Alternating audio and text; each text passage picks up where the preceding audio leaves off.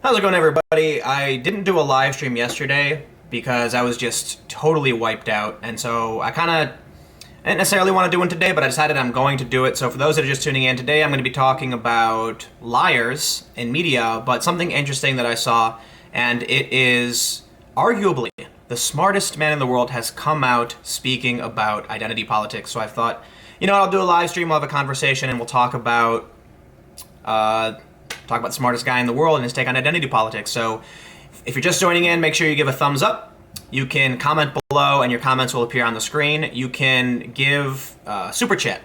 And if you give at least $2, your chat will appear in a special box, but at least $5, your chat will appear on the screen and everybody can see it. And when you subscribe, everybody can see it too, so you can subscribe. And yeah, so first, you know what? I'm just going to do a little rant and talk about being totally fed up with the liars. There's a phenomenon that happens with people on the right kind of staying silent and not telling me the truth, but not lying, right? So let's talk about the story I did today on Gavin McInnes and the Proud Boys. I reached out to the Proud Boys and said, is this post real? And they deflected. They didn't give me a specific answer, and then I asked them again, and they didn't give me a specific answer. But they did make some statements about that post that made me feel like this is probably real. I'm not going to get into too much about what the story is. Just the general concept I'm trying to talk about is there are people on the left that seem to be lying. Not everybody on the left. I want to clarify this is like the extremes. But, with this story today, you've got these people on the left that are like acting like the world's burning down. There are these crazy conspiracy theories. And then the people on the right are kind of just ignoring it, not giving me the answers that I'm, they're not being, neither is being honest technically, but one is straight up lying and the other is kind of like, rolling their eyes and trying to avoid the conversation. But I've kind of had it. I'm totally fed up, and it seems like when it comes to politics, you can't trust anything because the reporters are going to skew things, they're going to lie about it. It doesn't matter what political faction, everyone, here's what I've learned. Everybody would love to talk to the press when they know they're going to win. And when they know they're going to lose, they won't talk to the press, right? So I don't necessarily want to start drama or anything, but a few examples are like today, this guy Vic Berger posted that Gavin McInnes, right-wing personality, personally instructed the Proud Boys to go after him and his family. I tweeted him, I said, hey, can you follow for DM? He follows me. I sent him a message, can you elaborate? I said, how did you find out that Gavin sent this message, and can you go into detail on what happened at your house? Blocked instantly.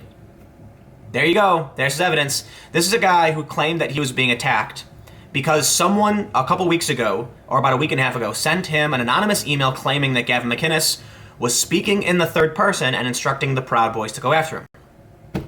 This is ridiculous. Look, extraordinary claims require extraordinary evidence, right? If he was straight up saying that he was attacked by the Proud Boys, I'd be like, maybe. Yeah, what happened?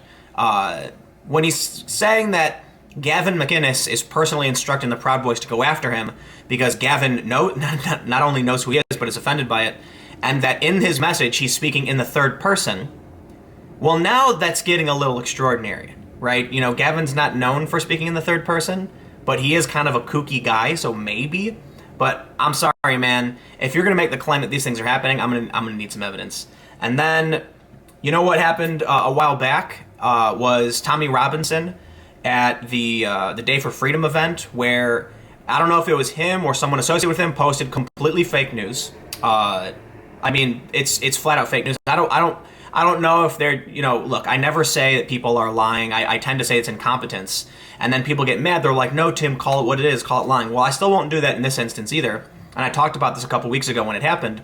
But he put out a video that was lying. And what was his response? In response to being called out for posting fake news that even their own organizers refuted, he posted on Instagram just generally making fun of my appearance. That's the response I get from the right. The response I get from the left is they try and claim that simply because I'm doing interviews with people that I'm somehow associated with them. And then when I actually go on the ground to an event with Tommy Robinson and call them out for doing the same thing the left does, he posts on Instagram several photos of me claiming, or just generally mocking my appearance. That's what I have to look forward to. The people on the right, in my opinion, not all of them, but there are those that are only willing to allow me in their space because they think I'm going to benefit them. Like, why would Tommy allow me into the backstage event to film and cover things? And, well, it's probably because he assumed that I was going to just probably side with them. The same thing is true of the left during Occupy Wall Street and these other events. They invite me in, they ask me to speak about these things, and they get all happy and excited when what I say benefits them. But what happens when what I say doesn't benefit them? Well, all of a sudden now I'm alt-right, I'm pandering to neo-reactionaries and things like that. And I can say the same thing for people on the right, because what happens when I go to an event and I document, like I was there watching that fight break out at the Day for Freedom event, and then for them to claim that even after I got a statement from witnesses and a statement from one of the organizers that somehow Mohammed Hijab and I'm forgetting their names, Ali Dawa, were causing these fights or screaming things like, people are claiming that this guy Mo said he was ready to fight and die for Islam. It's like, he never said that. Like, you can watch the video. He didn't say that. And I call him out. What does he do? The same thing the left does. Because I don't believe that these people are unique. It's just, this is the time where the right is willing to allow me in their space. But I'll tell you what, give them 2 seconds to screw up and they'll throw me out like everybody else. And I'll tell you another story about the Proud Boys. And this is, this is actually kind of a net positive in their direction.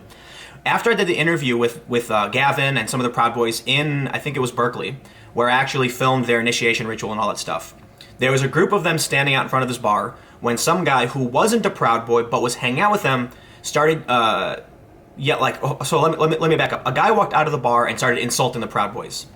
Another guy who was with the Proud Boys but wasn't a Proud Boy called him out, and they had some back and forth. A few Proud Boys and this random guy followed this guy to his car, and I followed, filming, because that's what I do. I was covering the Berkeley event. I followed these, the Proud Boys in this guy, and it looked like they were trying to start a fight.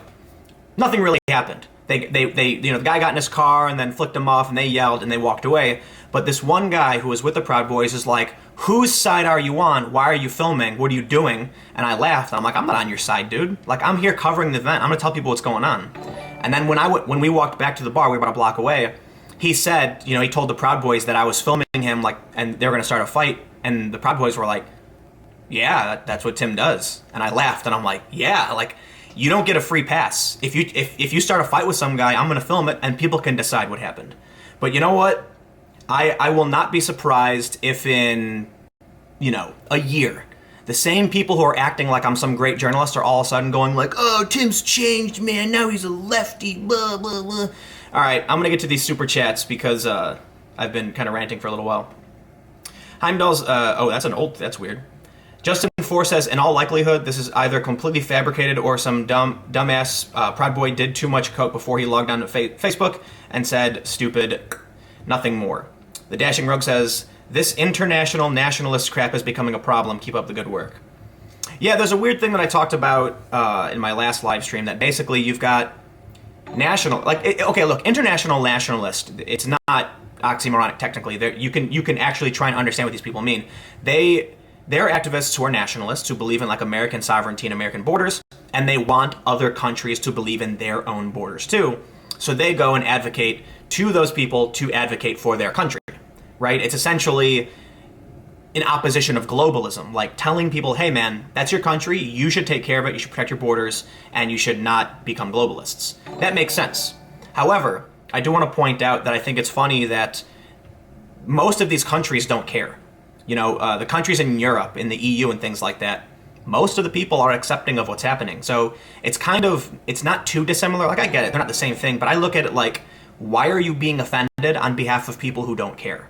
Because the far left does this. They're like, you've got all these, white middle-class bourgeois people talking about how that's racist and you shouldn't say that. And you're like, dude, why are you offended for other people who aren't talking about it? Like, let's look at the Chinese dress incident.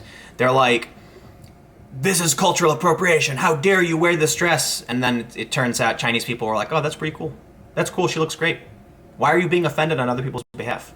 But whatever. Got some more super chats. Patrick Seguin says, "I enjoy your daily work. Keep on speaking the truth."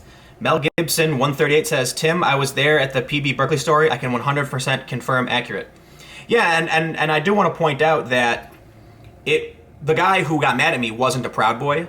The reaction from the Proud Boys at Berkeley when they're like, looking around, shrugging, like, yeah, Tim's gonna do this. Like, I appreciate that, like the understanding that, hey man, if you do if whatever you do, like I'm not gonna say it's good or bad. I'm gonna film it, you know. And so what particularly annoys me about what happened with this Vic Berger guy today is that I never said he was lying. In fact, I'll be honest, I believed him. You know, when I heard this, I was like, ooh, because look, you've got a huge group of Proud Boys. Like, I think Gavin said it was like 5,000 people. And the first thing I thought was like, all it takes is one, you know? So I actually was like, hey man, like, let's hear what happened. Because I know Vic Berger, I didn't follow him or anything, but I've seen his retweets that go around where he basically mocks Gavin and the Proud Boys. And some of it's disingenuous. You know, he's got some videos of people who aren't Proud Boys that he's claiming are Proud Boys. And it's like, that's not true. But the guy's not a journalist. He's an activist and comedian who works on the Tim and Eric show. So I'm like, I don't care, whatever, man. There's a million and one of these people. But when he claimed that Gavin McInnes was speaking in the third person and personally directing his Proud Boy, you know, various cells, because like the language made it seem like telling different people to rally the troops of their different groups to go and like dox his family and send him pizzas and stuff. I'm like, that doesn't sound like Gavin. You know, like Gavin's kind of a wacky guy. I would not describe him. He says extremely offensive things. I don't know enough about what he actually believes to call him anything specifically, and I try to avoid, you know, labeling people. But let me just say, I think everyone can agree he's a wacky guy. During the Deplorable, he actually licked an Antifa guy in the face. And, you know, some people might think that it's not fair to call him wacky, but when I watch you walk up to a guy and grab him and lick his face, I'm going to call you wacky. Plain and simple. But to believe that he speaks in the third person and that he's organizing all those people to go after a guy you probably never heard of seems crazy. So I reached out to him and I just said, can you comment? I get blocked, you know? So then you get all these people. There was one tweet that was really funny, and I don't have any of this stuff pulled up. I've got some stuff on identity politics from the smartest man in the world. We'll get to it in a second. But this one guy was like, man, isn't it funny how you went from covering Occupy Wall Street and Gezi Park in Turkey and being picked up by all these major news outlets to doing YouTube videos about the Proud Boys and interviewing Count Dankula in your basement? And I'm like, I know what he's trying to do. He's trying to make it seem like that's all I've done in the past year. Like, not that I haven't been to Europe several times, or Greece, Sweden, France, Germany, South Korea. I've been all over the goddamn planet this year. Interviewing politicians and activists and refugees, generally doing a lot of work, and interviewing Count Dankula, yeah, he's particularly relevant. My search analytics tool shows that he's getting something like 5 million searches per month. So I think figuring out who this guy is relevant. But I see what he's trying to do. I just tweeted back at him, like, ignoring his sarcasm. I'm like, yeah, I get it, man. You love the Proud Boys and Count Dankula, but I do cover serious issues too, so maybe you should check that stuff out. Because people, you know, what they do is they watch only like 2 videos. There are people on the left and the right that hate watch content, okay? I'm going to put that in quotes because the phrase is hate watch. And it's kind of like, I don't want to swear, but, you know, like hate banging, where they just get really angry watching these videos, so they watch them anyway. And what happens is you get these far lefties that only watch the videos I do about specific issues and then get all angry and like, oh, Tim's pandering to neo-reactionaries. And like, I literally have a video where I'm like, yeah, Tommy Robinson posted fake news. Where are the left-wing people going like, yes, see, Tim's reporting the truth? No, they don't care. They don't watch this stuff. The funny thing is, I would say most of the people who watched my video on Tommy Robinson were actually people who knew who he was. And so I guess that's a potential positive for the people who like Tommy. I don't know what you're going to say about him doing that, but at least they watched my video. The people on the left won't even do that. And then there was one guy, I made a comment, I tweeted about how journalists are mentally distressed, and this guy then took a screenshot of my tweet about the Seth Rich conspiracy and said, here's some level-headed thinking or something like that. And I'm like, yeah, that's a video about me saying there's probably no evidence in the Seth Rich conspiracy. Like, why are you posting the link to a video where I walk back the conspiracy unless they believe it? You know, but the reality is they assume that simply because the video is titled, you know, the Seth Rich conspiracy, Kim.com's statement, they assume I must be, you know, agreeing with the conspiracy theory because they don't actually watch any of my videos. Okay, I got a ton of super chats that I need to get to. Ian Hall says, I vote we follow the Hungarian example. Build wall X distance from actual border, Then we toss all undocumented peoples there. They never got deported legally. Stay neutral, Tim. Is that what Hungary did? I don't know. I will say that I got a lot of flack when I worked at Fusion because I was like, hey guys, Trump's talking about building a wall. Why don't we actually look to see if walls do anything? And they were like, why would you do that? And I said, well, everyone's saying the wall's pointless. Let's look at countries who have actually built walls and see what happened. And they got mad. I did it anyway. And so I looked and found that it's like, Turkey and Hungary and a few other countries built border barriers. In one instance, there's a European wall that's actually just a 3-meter high fence, just a chain link fence. And this cut down illegal border crossings by something like 90%, like a ridiculous number. The number was in the tens of thousands and it dropped down to like the few hundreds.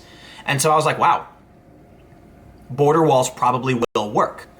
But what did happen in Europe is that many people just went the sea route instead and went in through Italy. So there were less migrants coming in, and one of the big reasons was that although young men could climb the fence, their families couldn't, and they couldn't get the elderly and the children over, so they abandoned the idea and then took a water route.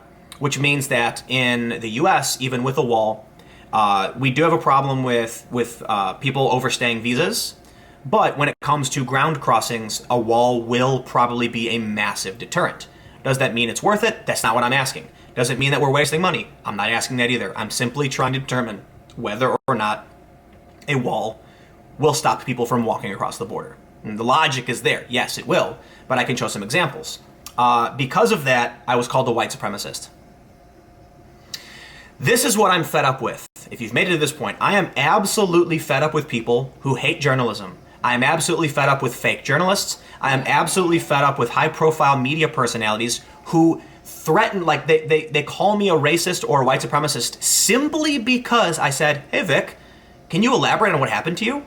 And they're like, why would you even ask him that question? How dare you? He's probably terrified right now. And I'm like, I'm a journalist. Gavin McInnes has denied it. Do you have a response? Blocked. Okay, you know what? Why should I even bother allowing them to participate in the first place? Why do I bother reaching out to people who are so quick to vomit all over themselves in rage that I would dare even do basic journalism? Get statements from people. In journalism, you're supposed to get 3 sources to confirm something as fact. Let's look at the incel thing with the Toronto attacker, Alec Manassian. Everyone's reporting that he was an incel. What 3 sources do you have to confirm this is true? Nothing. An archive of a Facebook post? That's it. And all of a sudden, it's fact. New York Times talks all about it. All these different outlets confirming it to be true. That's not confirmation. I'm sorry. Standards are out the window. You've got you crazy people who are just lying. Let me get these super chats. Johnny Menthol, the Village Furball says, people will pay to have their voice heard. Idiots. Mel Gibson 138 says, I respect that about you. You hold everyone individually accountable. You are truly unbiased. Gavin did not and would not do that. Well, Gavin said he didn't do it. Gavin also said something to the effect of, look, nerds will pick a fight with 5,000 people and then have a heart attack when they get called out for it. And so, yeah, that's a consequence of constantly posting videos mocking people. Eventually, someone's going to freak out. And maybe you mocked someone so they showed up to your house. If that's true, that's serious. And all Vic Berger did was post the picture of a car, and he blurred the license plate. And I'm like, look, man, that's not confirmation of anything. It's an allegation. Okay, so I asked him to elaborate on what happened. Maybe he could have given me some information, and I could have then been like, yep, I can prove that what he said is true. Instead, he blocked me. So you know what? I don't trust him. He said Gavin McInnes did this. Does he have proof? No. He has a conspiracy theory that Gavin speaks in the third person, and because he got some anonymous email on the 9th. I'm sorry, anonymous emails aren't proof of anything. I don't even know if that email is real. Now, I will say I messaged the Proud Boys, and they kind of beat around the bush and then wouldn't give me a definitive answer. So based on what they said, though, I do kind of think it's real, but we'll say there's no proof. And that's also unfortunate because there's a lot of people I have reached out in the past, like right-wing personalities, like Cernovich and other people, who, this is what they do. They won't lie. They'll just ignore the question. What am I going to do about it? So if I don't have proof, I can't do anything. I will tell people they ignored the question, take that for what it is, proof or nothing. Maybe they were on the toilet and didn't see the message, I don't know. Or maybe they're actually trying to avoid it because they don't want to give me an answer because they either have to lie or confirm something that would make them look bad. But that's what happens. The people on the left, they block me, the people on the right ignore the questions. Welcome to journalism. Ian Hall says, bet my last counts as alt-right. Well, no matter what you said, it's probably alt-right, so there you go. Oh man, too many. Derek Weissman says, whatever happened to the SPLC? You know, the SPLC used to be a great organization in the past, and now it's like, nonprofits should drive themselves to non-existence, right? A nonprofit's got a goal, they accomplish their goal, they cease to exist. Well, what's the SPLC supposed to do once the KKK has become a shadow of its former self and isn't really relevant anymore? They've got to find hate somewhere, so they roll with it, and then they end up having to issue an apology and a retraction because they call me alt-right. And that's rare. There are people who have been called white supremacists by the SPLC, and the SPLC doesn't apologize for it, just says, like, we actually consider them to be, Meredith Patterson, who's a hacker, they called her immature but not a white supremacist, but didn't apologize or retract. They just issued like an update. For me, they actually had to apologize. Don't make dumb mistakes, people. Ian Hall says, this super chat is an alt-right hate speech trap. Yep. Jorgamundo7 says, did you check how frequently walls were patrolled? It is my understanding the walls in the story I talked about in Europe mostly were not patrolled at all. At least in the instance I looked, they like I mentioned, the most egregious one was a 3-meter high chain link fence. Like, they literally spent the least amount possible to put something up, and it worked. Like, the idea is simple. You put a physical barrier, you're going to stop a ton of people because old people and kids aren't going to be able to go over it, no matter how weak it is. And sure, a lot of people could just, like, they could have just snipped the chain link fence and walked through. Didn't even do that. It worked. It's a deterrent, plain and simple. Nunya Biz says, it sounds like people like Vic create their own strawman villains that they can fight on social media. It's a circle jerk that is akin to a racist church swastika that ends up being done by a parishioner, which is a true story, by the way. There are many stories of people committing fake hate crimes against themselves or lying about hate crimes. There's one story, maybe I'll do something about it tomorrow, where a campus installed security cameras and all of a sudden 93% of hate crime attacks disappeared. All of a sudden nobody was reporting these attacks anymore because there were cameras. So that's an interesting story because I don't know if it necessarily means that they were fake, because you have to imagine some people didn't know the cameras were installed and would still lie about it and they could watch the footage later. It could also mean that those who would commit hate crimes were deterred by the cameras and won't do it anymore. So either way, the cameras worked, which is scary because I'm not one to argue for the panopticon, so maybe we shouldn't, I don't know, either way it seems pretty ugh. Werner Herzog says, as YouTuber Donut Operator says, context is racist, also facts are racist. Facts are racist. I'm not even exaggerating, facts are racist. Literally, facts can't be racist, right? Facts can't believe things, right? Racism has a definition, people. Racism is usually used to mean the belief that one race is superior to another, or that racism is when you are prejudiced against one race, either positively or negatively. Like, there is racism that benefits people based on presumptions about that race. So assuming that all Asians are good at math is racist. It's positive discrimination. It could benefit them, right? So racism is complex. But for some reason, we have this group of far left, I don't know what the right word is for it. It's dogmatic, it's religious, where they're changing the definition of words to suit their arguments, which is just ridiculous because you could create new words for this, Systematic racism, institutional racism. I don't know why they have to try and change what racism means, because it doesn't work. You're not going to convince the average person about what racism is by using a different definition of it, and they've changed the definition of white supremacy too. White supremacy has a legally recognized definition. I've talked to lawyers about this, okay? White supremacy is by majority of English speakers defined as the belief that white people are supreme. It is a compound noun, and you believe white people are supreme and should be in charge of everyone else. So when you see activists calling people white supremacists, they're entering libel and slander territory. I think this is why, I don't know if you're familiar with Tariq Nasheed, but I think this is why he calls people suspected white supremacists, because he knows if he says that you are, he's going to be sued up, down, left, and right, because that actually means something. What the activists are changing, they're changing the definition of white supremacy to mean supporting whiteness. And whiteness is basically Western culture. So I was actually told by an activist that keeping time is colonialism, and it is white supremacy. I am not exaggerating. I am telling you definitively, an activist told me that by keeping a schedule and checking the time, I was supporting white supremacy. Let me get these super chats. Oh man, too many. Werner Herzog says, I'm center-left, and after reading Jonathan Haidt's Righteous Mind, I step out of my bubble by watching far left all the way across to far right. Mullah Mimula says, opinion of Maddox losing his lawsuit. I don't know too much about it, but it seems like most of the people on the Dick side knew this was going to happen, but there's a few things I will say, because a lot of people, I don't know if everybody's familiar with it, but basically, it could be the strategy, a scorched earth strategy, that Maddox isn't trying to win, he's trying to burn everything down and force people on the Dick side to have to pay tons of money. Like, maybe he doesn't want to win money. Maybe he really just wants to drag him through court as like a punishment. I don't know, that's speculation.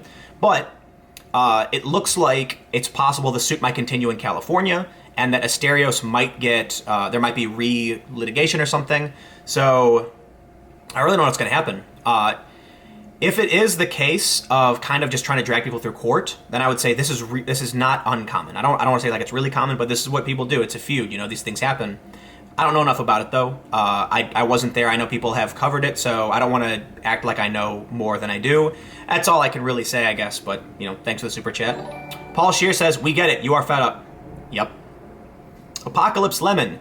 You may be degenerate lefty, but you're one of the good ones. Keep up the good work. Take some shekels for your effort. Thank you, but you paid in US dollars. I can't spend those in Israel. I was just talking to my friend who is a well-known far lefty, and I'm just like, dude, I am fed up with the like colloquial left. I'm totally fed up. And I've been having these philosophical debates in my mind about whether or not it's worth trying to keep the left what it's supposed to mean, or just being like, there needs to be something different, because when you say left, people associate with you with authoritarianism. Many activists don't understand what authoritarianism means, and libertarian. There was someone on Facebook that follows me that posted, or that's friends with me, socialist libertarianism, like, what the hell, that doesn't even make sense. Like, no, dude, libertarian doesn't mean right-wing policy or economic capitalism or anything like that. It literally just means the opposite of authoritarian on the political compass. So a libertarian socialist is someone who believes that we should have social policies and social welfare programs, but that it should all be done through voting and mutual understanding and not enforcement with weapons, right? So you have authoritarian socialism, where the government points a gun to your face and says, hand over your labor or else.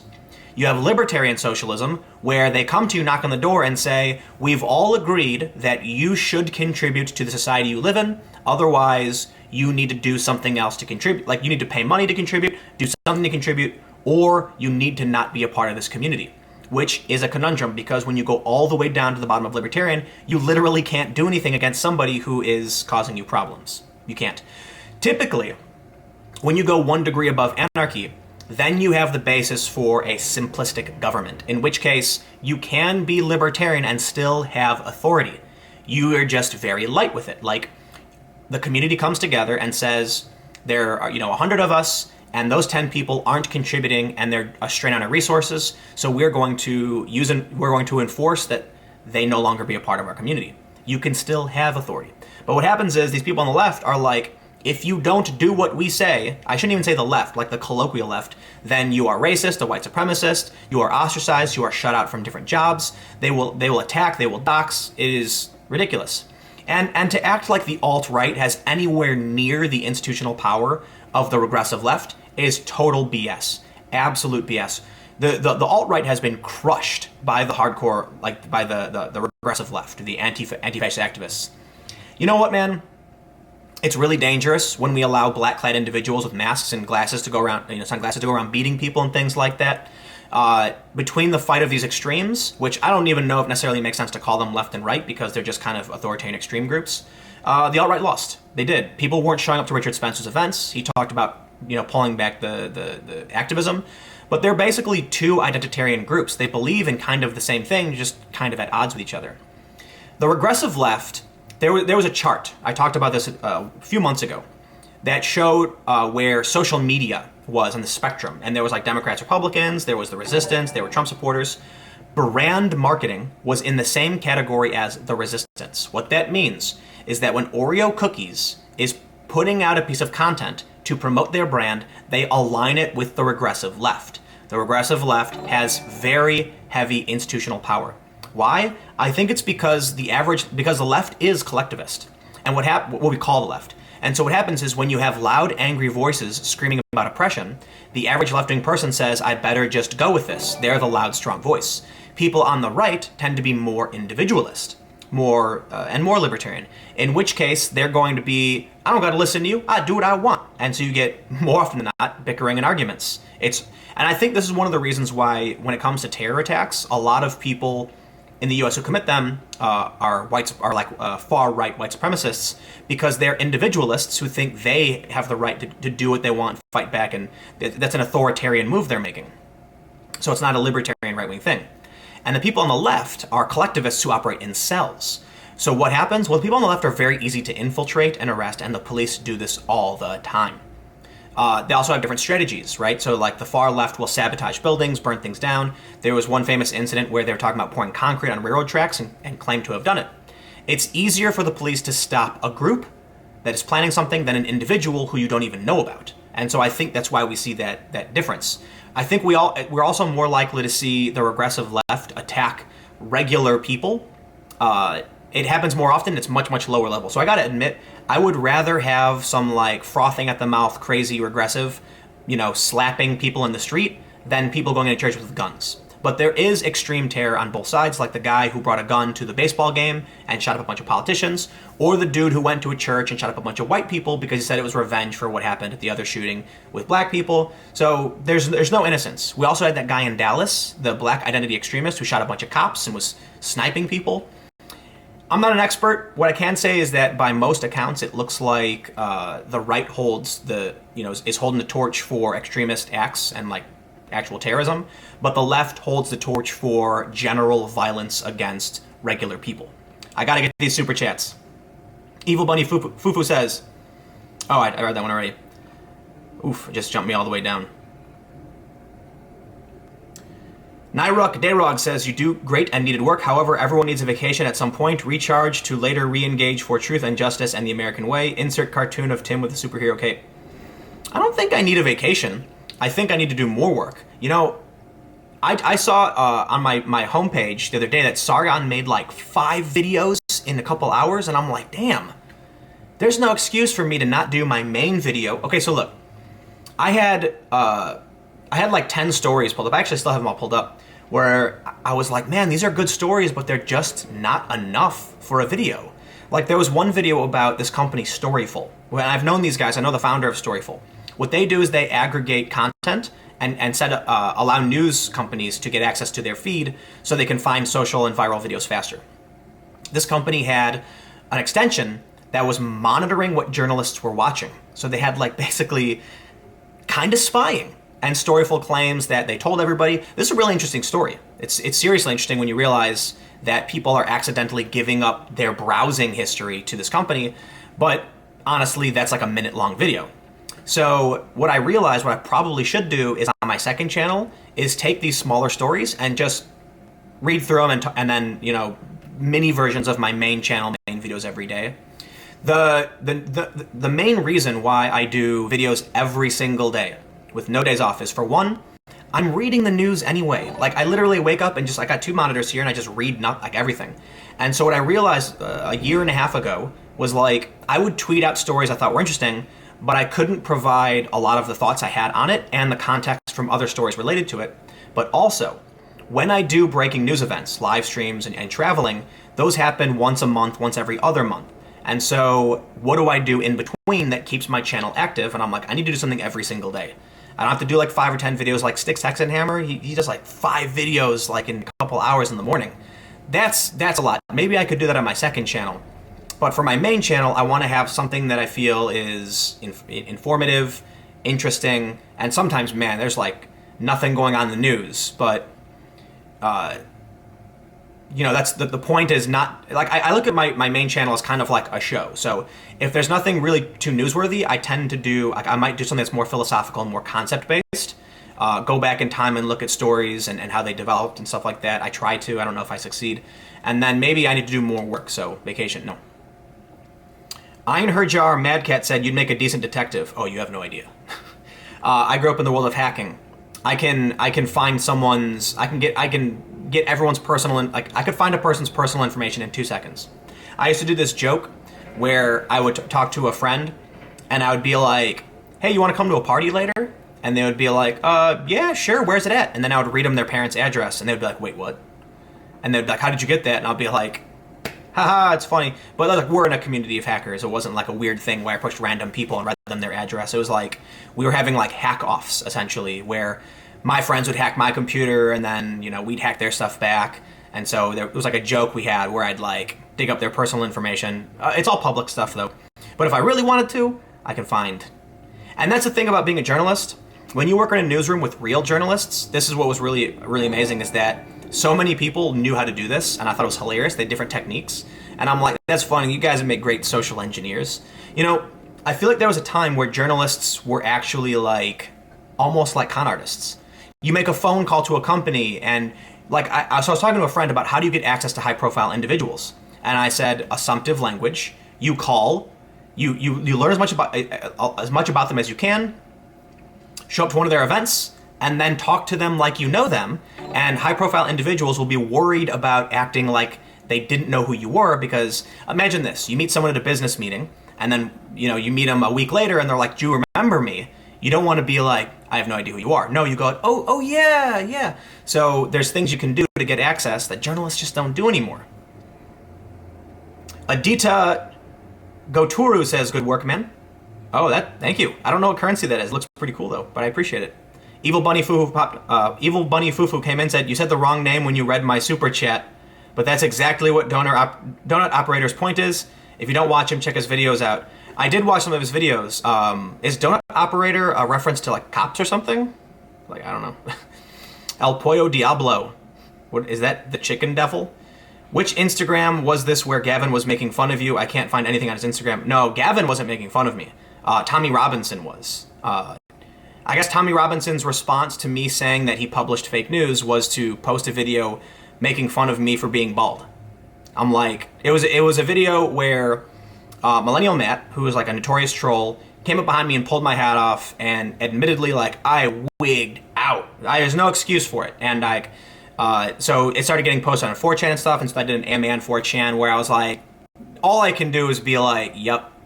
I think it would be silly to try and act like I did my tangent of like, how dare you, oh, I'm so offended.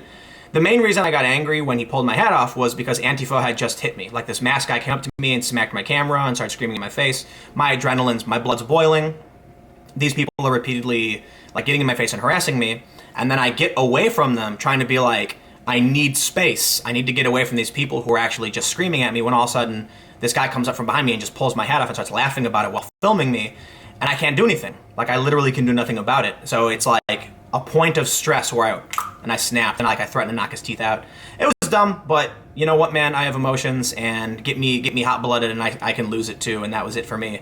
But I guess Tommy thought that was an excellent rebuttal to me calling him out for publishing completely fake bullshit. Ooh, I shouldn't swear. That was excellent. I appreciate it when you can't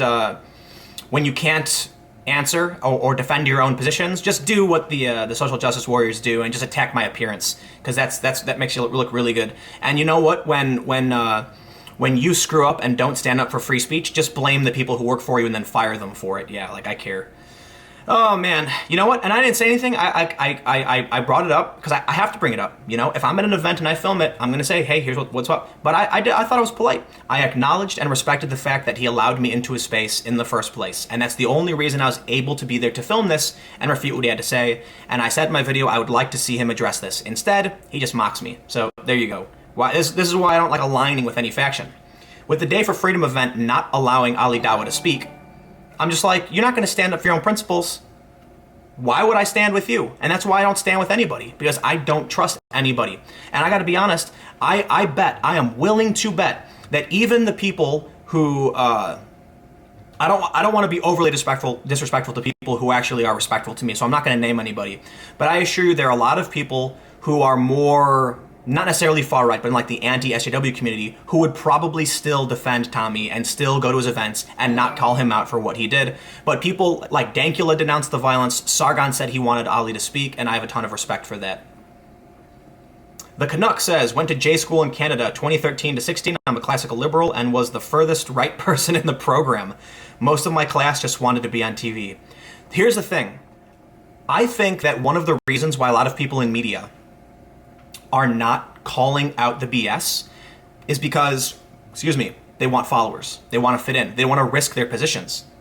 They want to be influential. They want to be famous. They want to be Anderson Cooper. So they're not going to call them their own out. The people on the right won't do it either. There's a ton of people who were involved with the Tommy Robinson thing who won't come out and make a statement about it. People will never, you know what, man? This is why I don't align with groups. Because people want to be famous and they aren't willing to criticize themselves or acknowledge their faults. And I have no respect for that. There are a few people who I think will. I think Sargon will. I think Dankula will. I have a ton of respect for Dankula after I did that interview with him. There's so much about him. I was like, wow, like this guy's deep. His content's amazing too. I want to say this too. I'm so grateful to the Scottish prosecutors and all that, and the court systems in Scotland for allowing me to discover the comedy of Count Dankula. He's a funny guy.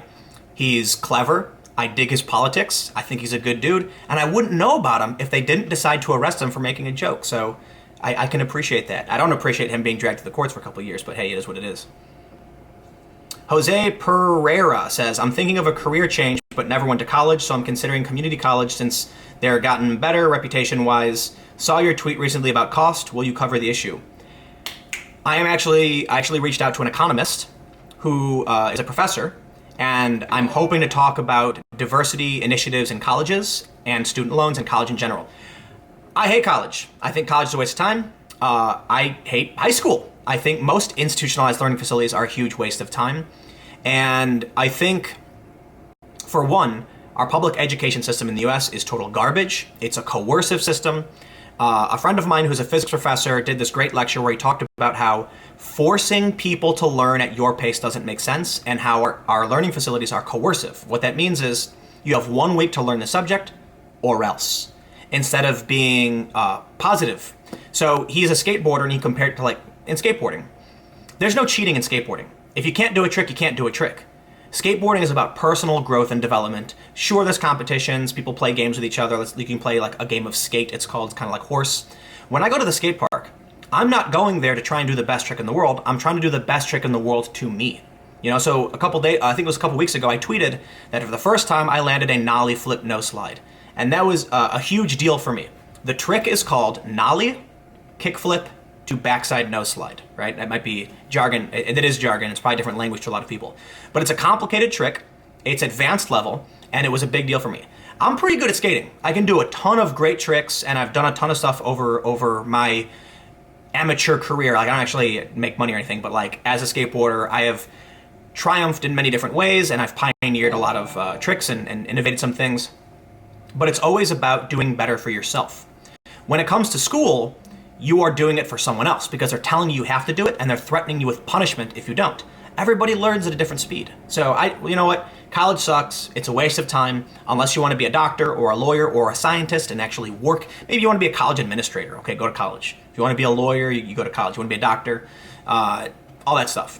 If you want to be an officer in the armed forces, you go to college. Then you go to the academy or whatever.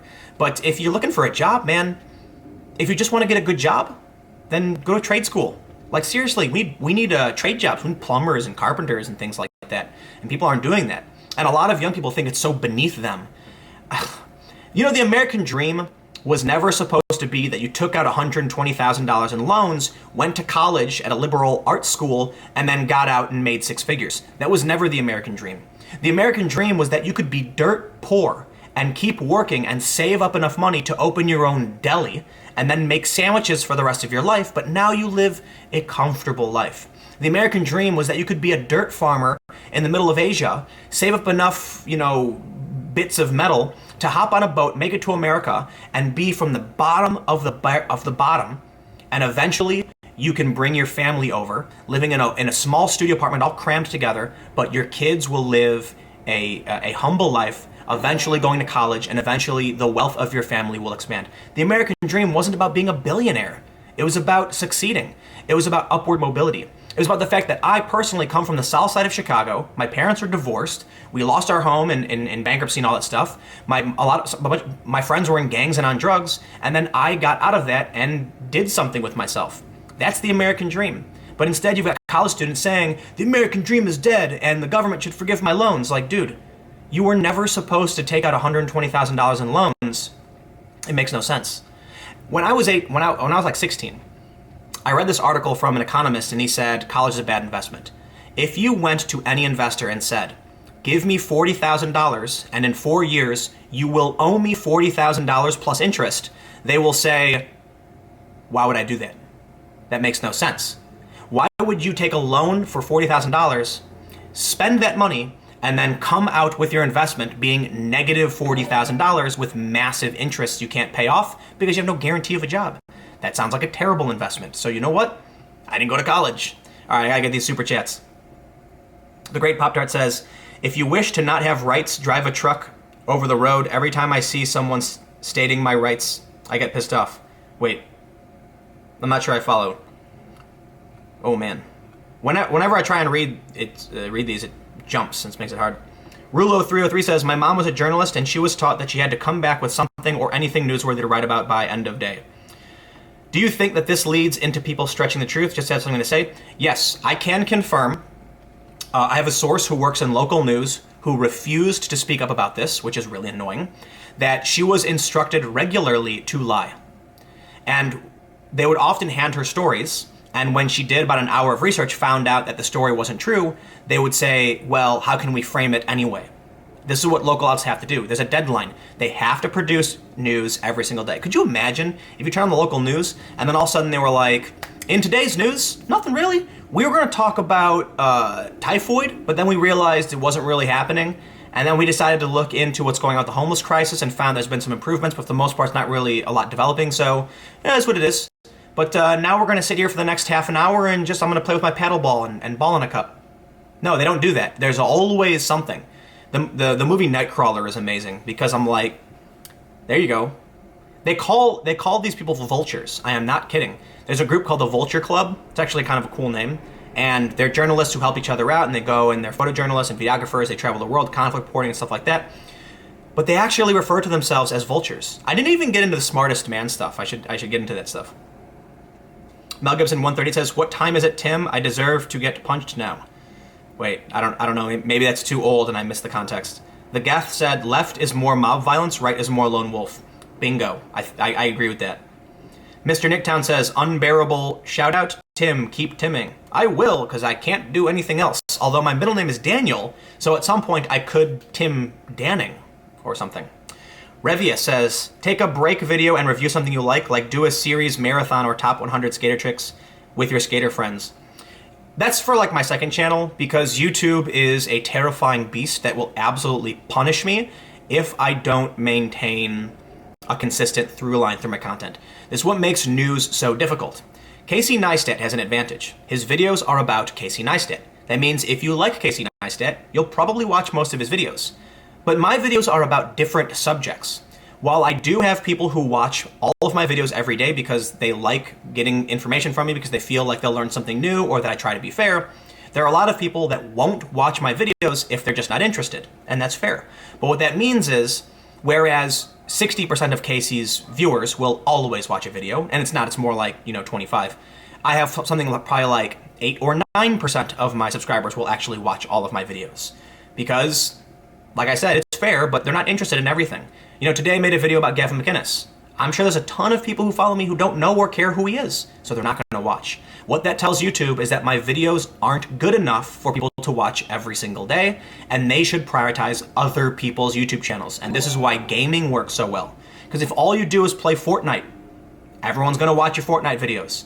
If you only ever do one thing or your channel is about you, that will work. News, it's tough. Evil Bunny Fufu. Donut Operator is an ex-cop and provides a more police-type view of police-related incidents. Yeah, that's pretty cool. It's interesting. I'll check them out. Meximan and she says, during Occupy, people were mad how media was portraying the left. They encouraged youth to get into media and corporate. Citizen radio, I remember specifically, I think we are just reaping what they sowed. And it's funny, now that, during Occupy, there was a huge move to alternative media on the left because they felt like mainstream media was ignoring them, but now it's inverted.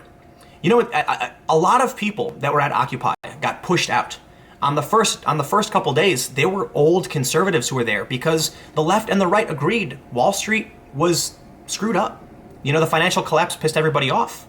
But young, angry, regressive leftists sort of pushed out the older people. And not only that, but older people couldn't stick around and sleep in a park. So it became dominated by young people who were well-funded and had the ability to sleep in a park and not work.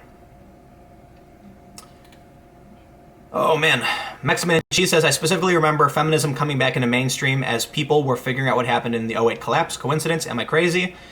I think it comes and goes in waves. Like South Park said, oh, PC's back. You know, like that was their thing. And you know what? Let me just mention what happened to South Park. They used to, they actually mocked Muhammad, you know, and they did a bunch of things that were extremely offensive. And I was watching the episode on the Goobacks, the future people, where they legitimately criticized illegal immigration. And I'm like, what happened? Because maybe they're just not into it anymore. I mean, the show's not canceled, but the episodes aren't that good anymore. And they changed the structure of it. I understand. You can only do so much after 30 years, but still.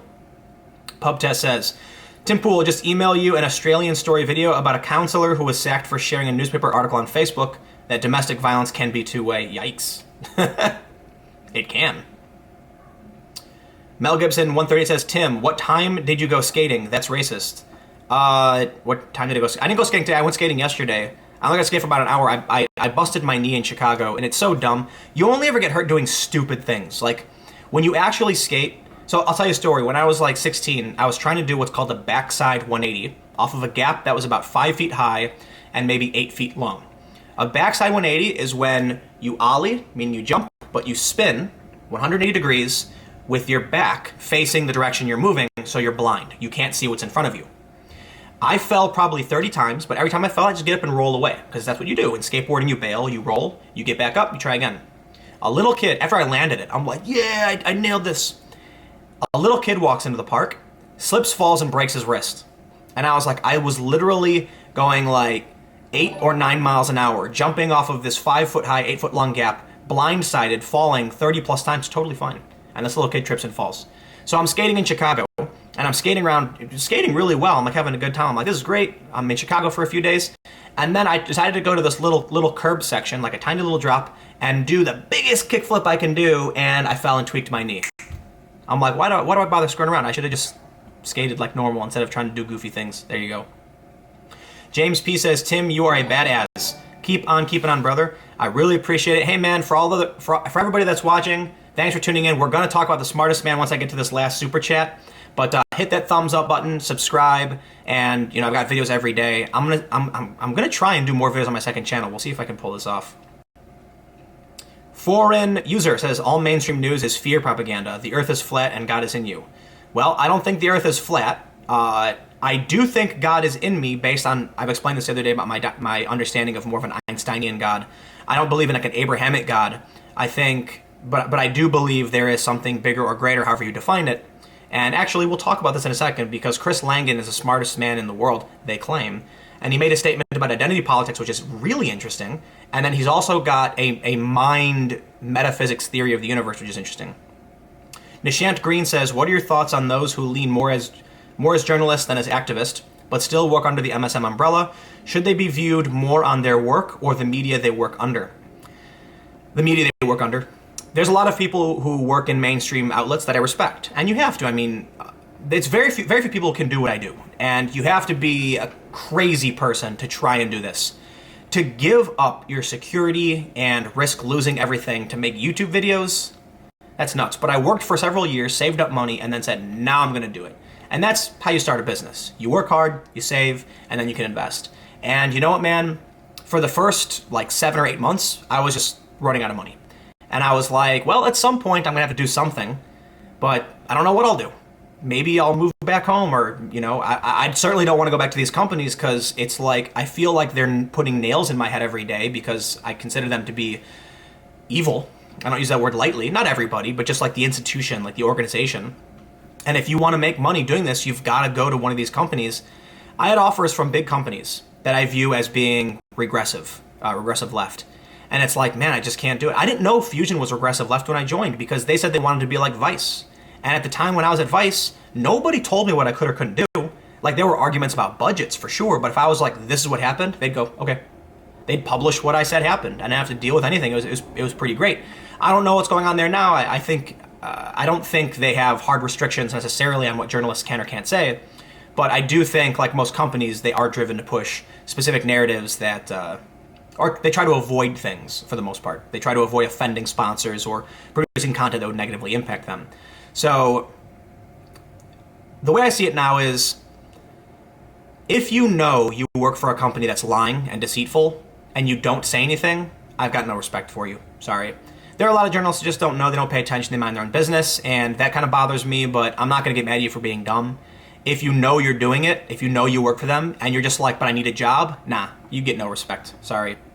Sergeant Buck says, hey Tim, have you been following any of the publishing issues dogging the Jawbreakers comics, and if so, what's your take on members of large companies trying to block publications by smaller outlets? I have been following this. I don't know a lot about what's going on, but I think it's this Comicsgate, right?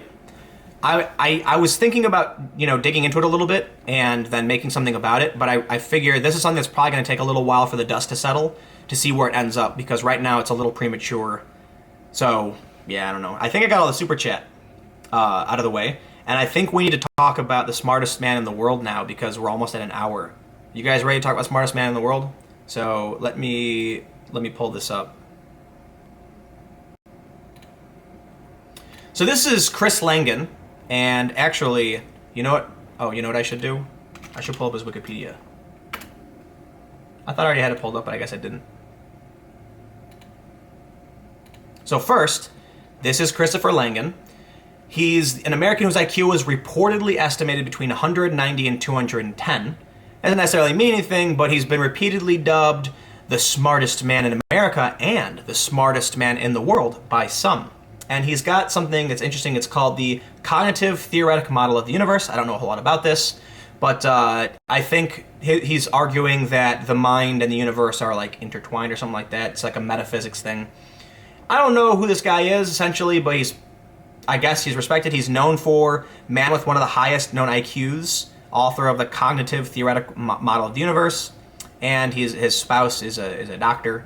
But someone asked me a few days ago, what is Chris Langan's view on identity politics? And he said, my view on identity politics is that it can be justified only if everyone of any ethnicity is entitled to participate, in which case it is necessary for all, because failing to assert it, as when white people of European ancestry fail to assert it, lest they be branded racists, means leaving oneself and one's group defenseless against competition for resources and opportunity. Alternatively, lest any group be denied its identity while others assert their own group, group identity must be equitably denied to everyone. He goes on into a lot of detail, and I might talk about this more in depth tomorrow, because I don't want to read through the whole thing. But that opening statement is actually really interesting. And then, what do you think happened? Is Chris Langan a white nationalist?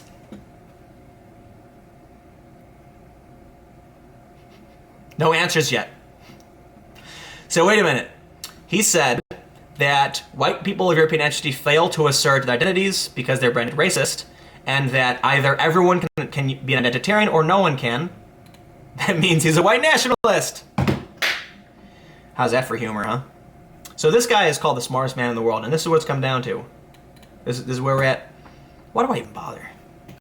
I was asking myself this earlier. Why do I even bother? You've got people on all sides, really, but it tends to be this dominant institutional regressive left.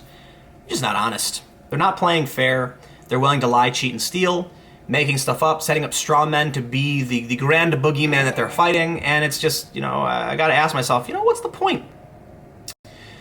There are people on the far right that have detestable opinions, but are honest about their horrible opinions.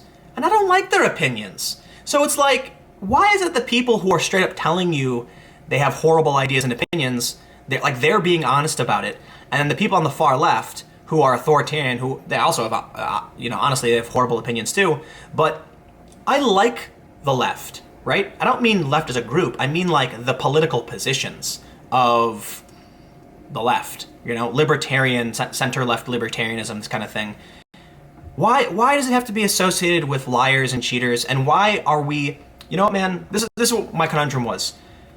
Do I come out and say it's time for people of the left to get off their asses, stand up to the authoritarians, and stop allowing them to destroy everything in our name?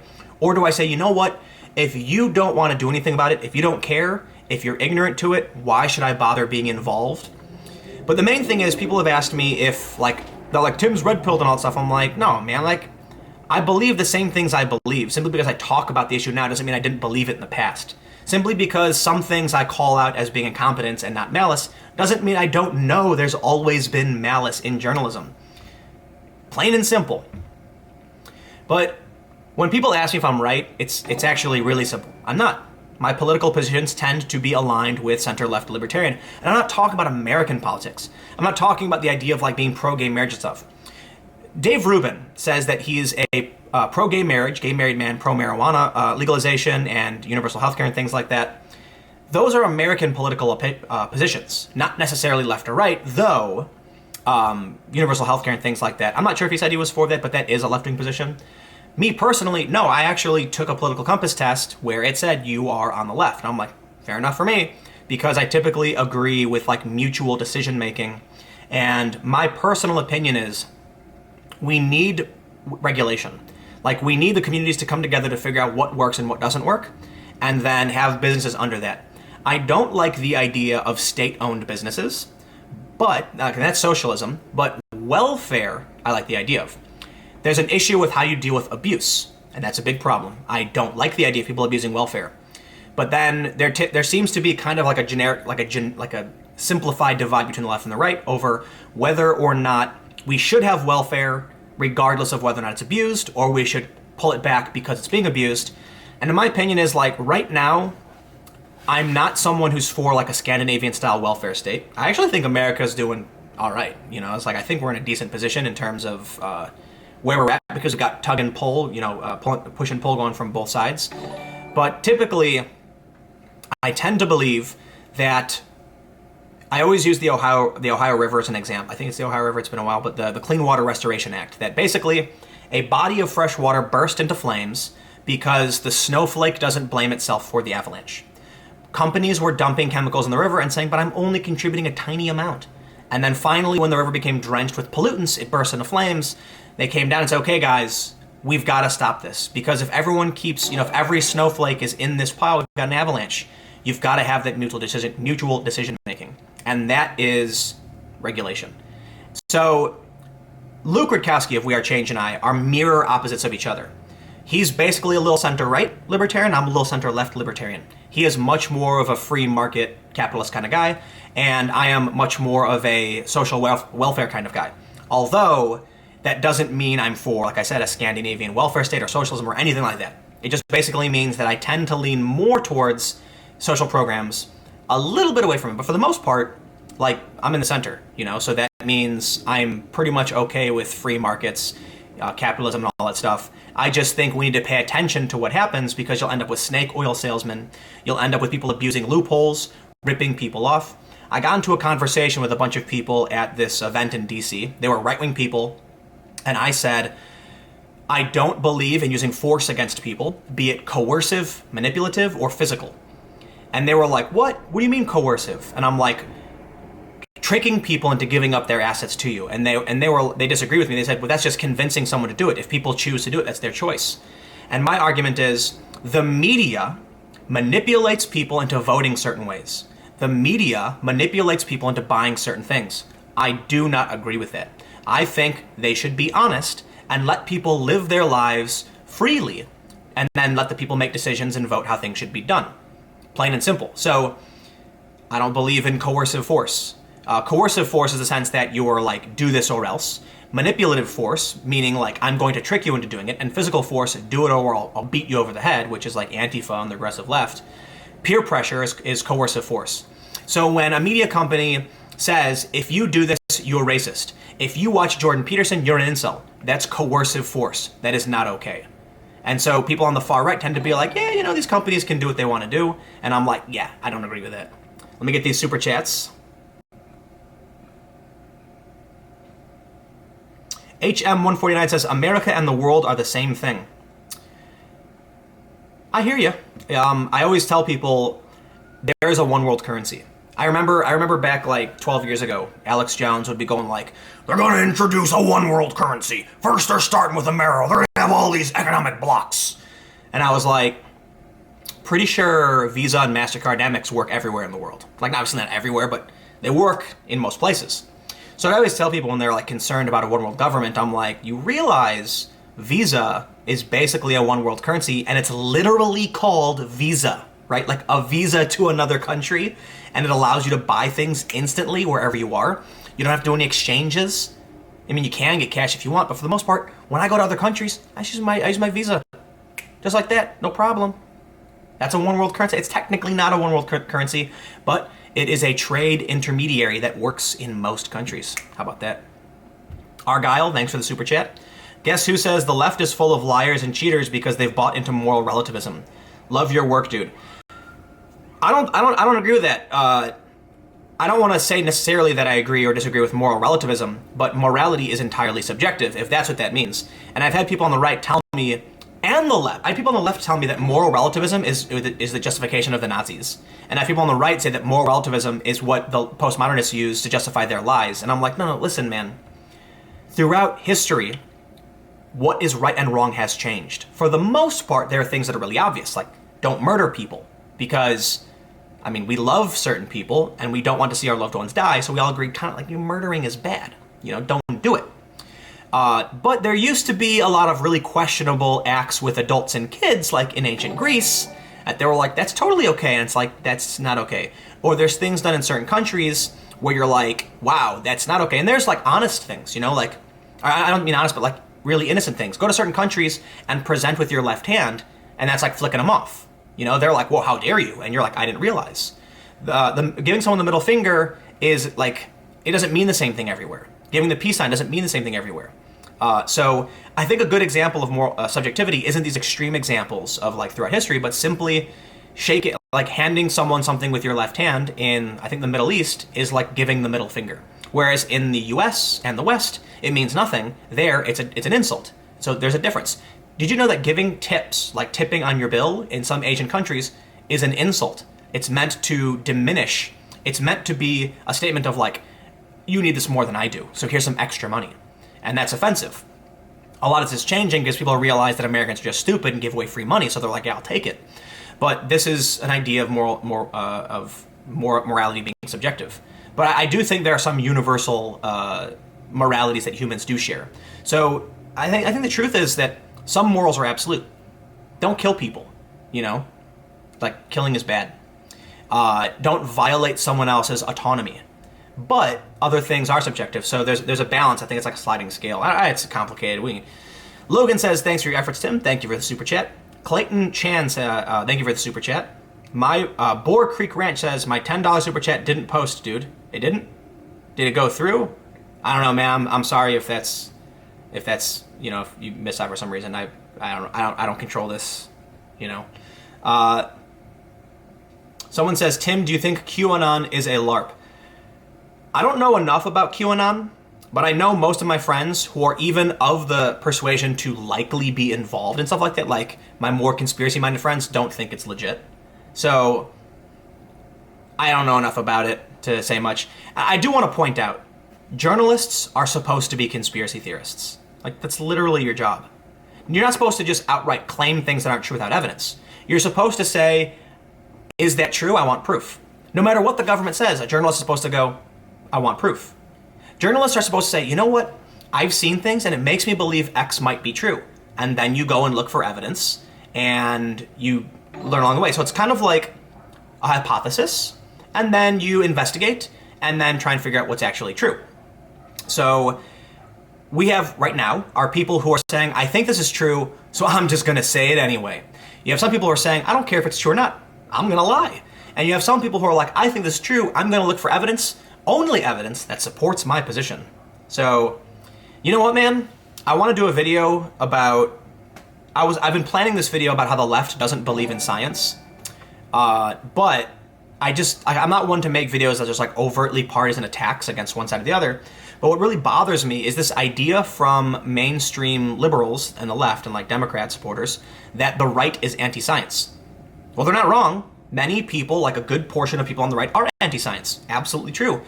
And so are they on the left. You've got people on the left who are saying things like healthy at any size. Like, you literally can't be healthy at any size. We have a thing called morbid obesity. Like, I'm not trying to be disrespectful to people who are overweight, but you literally aren't going to be healthy. It is, or I should say it's extremely, like, I'm not a doctor, but I think it is generally accepted in our culture and the medical industry. We had the ad in the UK where they said obesity is now the number one cause of cancer. Yeah, like it's not even necessarily about being fat, it's about being in shape and taking care of yourself.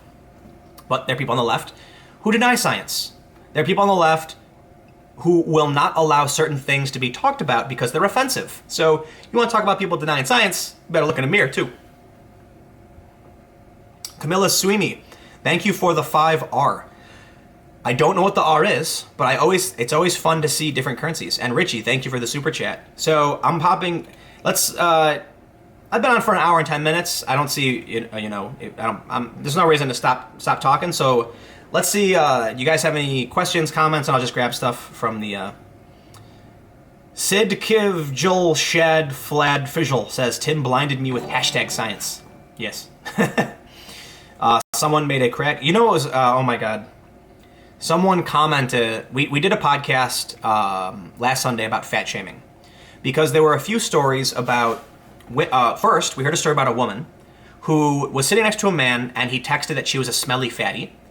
And then she got, she was crying and upset, and the guy behind her saw what the guy was writing on his phone and said, switch with me, this is not acceptable. And what was interesting about it is that this woman then wrote on Facebook apparently that she was body shamed. Well, no. If someone writes something privately on their phone, they're not shaming you. That's their business. Do you think that everyone's always walking around with positive thoughts in their head? I assure you that half the people you walk past are thinking something nasty in their mind because people have critical opinions and are mean sometimes. It happens. You can't look at someone's phone and then get mad they said something because you're eavesdropping. But this isn't the first story about this. I think it was a year ago, another woman did the same thing. You can't do that. But someone pointed out that Emily made accidental jokes when she said that there was a woman who was a huge Harry Potter fan, and she meant like she was a diehard fan of Harry Potter, but they were like, haha, that's a funny joke. And there were a few other things that came up, just like people taking the language and turning it into a fat joke. Ultimately, technically Max says only murder of your in-group is universally immoral. Absolutely true. So I'll get to that in a second. Basically, I want to end on the fat shaming thing. My opinion is it's not good. There are arguments that it works, but typically I think you want to give people positive encouragement and make them feel good about bettering themselves. And so I disagree with shaming anybody. Like when the incels thing happened and everyone's like, we're going to make fun of these socially awkward people. I'm like, dude, that's not cool. Like, you want to help these people? Play Monopoly with them. Or maybe not. Monopoly makes people hate each other. But go to go to a board game shop and just be friends with them. And you will do more to dissuade this ideology. But you know what? People want emotional vindication. They don't want positive change. They want to sit there feeling good about how they took down their evil enemy, the incel, or whatever it is. So technically, Max says only murder of your in-group is universally immoral, and that is another point that needs to be made. Morality is not universal. And I can tell you this because during Occupy Wall Street, you had activists who refused to speak up against the immoral behaviors of fellow activists. You had rape inside Occupy Wall Street on more than one occasion.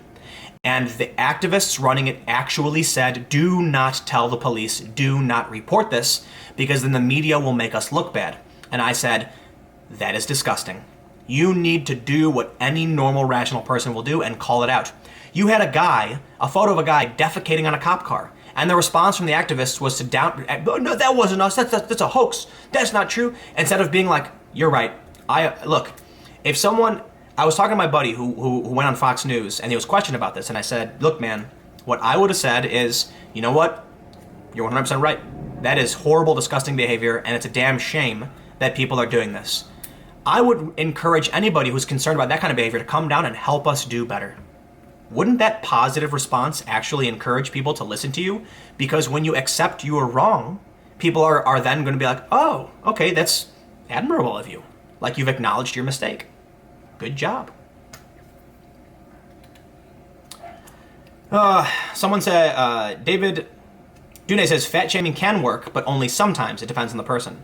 And therein lies the problem, you know, like how do you know that someone is going to be interact positively to being shamed? I think ultimately when it comes to any one of these like shaming in any capacity, just give people a pat on the back and say, look, man, I want you to feel good. And this comes from skateboarding, right? When I go to a skate park and I see, like I was at a skate park and there was like a little kid, he skates near me, and he's trying to do ollies. Ollie is just your basic move where you jump and the board sticks to your feet by like sliding your foot up the grip tape. And he's terrible at it. But when he finally does it, I'm like, yeah, everyone's cheering for him. That's positive reinforcement because skateboarding isn't about being better than everyone else. To some people, yeah, but for the most part, it's about being better than you were 5 minutes ago. So when I go to a park, there are kids who are nowhere near as good as me, but they get the same applause, the same cheer for accomplishing a new trick that I get. When I did a nollie flip no slide, nobody cheered for me. Why? Because they all just assume I'm super good. Like I'm not trying to be a dick, but they're like they see me skate every day, and when I do this really hard trick, they're like, "Yeah, but he always does that." I was freaking out. I was like, "Ah!" Like I did it. I don't care if people are cheering or not. But when a little kid does like a new trick that's really simple for the first time, everybody's cheering and high-fiving and giving a fist bump and like, "Damn, it's amazing." I was playing a game of skate with a kid, and that's basically like horse. I do a trick, and then you have to match that trick. If you don't, you get the letter S, so on and so forth. I won, but I was doing tricks that were like beyond this kid's level. Like I try to, you know, take it easy on kids who are younger, not as good, because I want to have a fun game. But when I got to the point where the game was almost over, I started doing some of the craziest tricks, and the kid was laughing and smiling and giving me high fives, because it's not a competition to see, like, I'm not trying to beat this kid to like assert some kind of ego. We're doing it because the challenge is fun. It gives you a goal. You know, we play against each other because it's like, I don't care if I beat you, I care if I can rise to the challenge and overcome these shortcomings that I have, and you are a bar that I'm looking at. So when someone plays skate against someone who's better, they're like, it's not that I want to be better than them, it's I want to be better than myself, and they're giving me a goal to shoot for. And so at the end of it, you're smiling and happy. There are some kids who get angry about it, you know, this happens, but for the most part, after a game of skate, it's high fives and like, oh man, and you carry on, you have a good time. It's fun. All right, got some super chats here.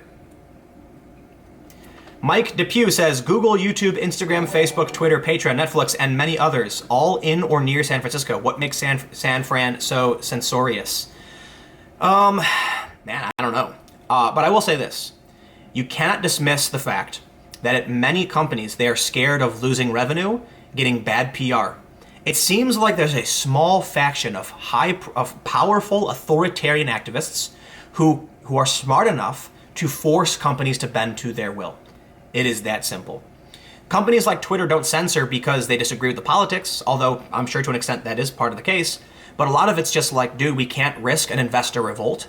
We can't risk bad PR. So screw it. Let's just ban things that are offensive because you are less likely to get an angry mob complaining about a random racist post being banned than you are to get an angry mob of anti-racists or anti-fascists smashing your windows because you wouldn't ban the racist. Think about it this way. Will Sargon of Akkad and the liberalists lead a liberalist revolt against Twitter for censoring political opinions, smash windows, light cars on fire, and beat people in the streets? The answer is obvious. No. So why would Twitter care if they ban Sargon numerous times? I'll tell you what though. Do you think Antifa and the regressive left will show up, break windows, start fires, and beat people in the street if Twitter supports the speech of people like Sargon? The answer is obvious. It is yes. So what do you think Twitter is going to do? They're going to choose the safe option, and that is to pander to those who are willing to burn you down. Why do you think so many outlets are censoring images of Muhammad? Why do you think Comedy Central replaced the image of Muhammad with a black bar that says censored? Outlets are not scared. The outlets are not avoiding drawing Muhammad because they find it offensive. It's because someone literally murdered the guy from Charlie Hebdo because they had a depiction of Muhammad. It's plain and simple. And then South Park did an episode about it where they said terrorism works. And it is horrifying because when Twitter, when Facebook, when these companies cave to those who are willing to use violence to push their ideology, they prove that it works. And this is one of the scariest things about what's happening in the world. Are we going to have people who are willing up to stand up against this behavior? Technically, yes. But the problem is people like the liberalists, people like me, aren't willing to use violence. And that means those that are essentially getting a free pass and nothing is being done to stop them. We can sit here and talk about it all day and say, you know what, I really hate those guys who go around beating people. I really hate those guys who, the lone wolf extremists on the far right. But unless we're willing to use violence against them, what are we supposed to do? I am not going to advocate for a security state, for a police state, or for the expansion of government powers. So we're at an impasse. So long as people are willing to dress up in all black and go around beating people, and no one will stop them, what can you do? And then look at what happens in Berkeley. Look at what happens in Boston. In Boston, I think last May, you had a small group of conservative Christians speaking in a gazebo in a little building in the park, and because the media said they were Nazis, 40,000 people showed up and violence ensued. Battles with the police. An old woman was knocked to the ground by some guy trying to steal her American flag. So, this is, I think I gave it to you plain and simple. These companies, any company, do you think Oreo Cookies is concerned about what a fringe group of far-right individuals has to say? They don't care. Do you think they care about whether or not someone like, Sargon is going to rally his followers to attack their brand? And do you think that his following is enough to actually cause an impact? Not really, because unfortunately the people on the right are individualist and don't necessarily follow the trend or engage in protest. But when you look at the collectivist left, the regressive left, one person can say, hey everybody, we're going to protest this one thing because it's racist, and they all do.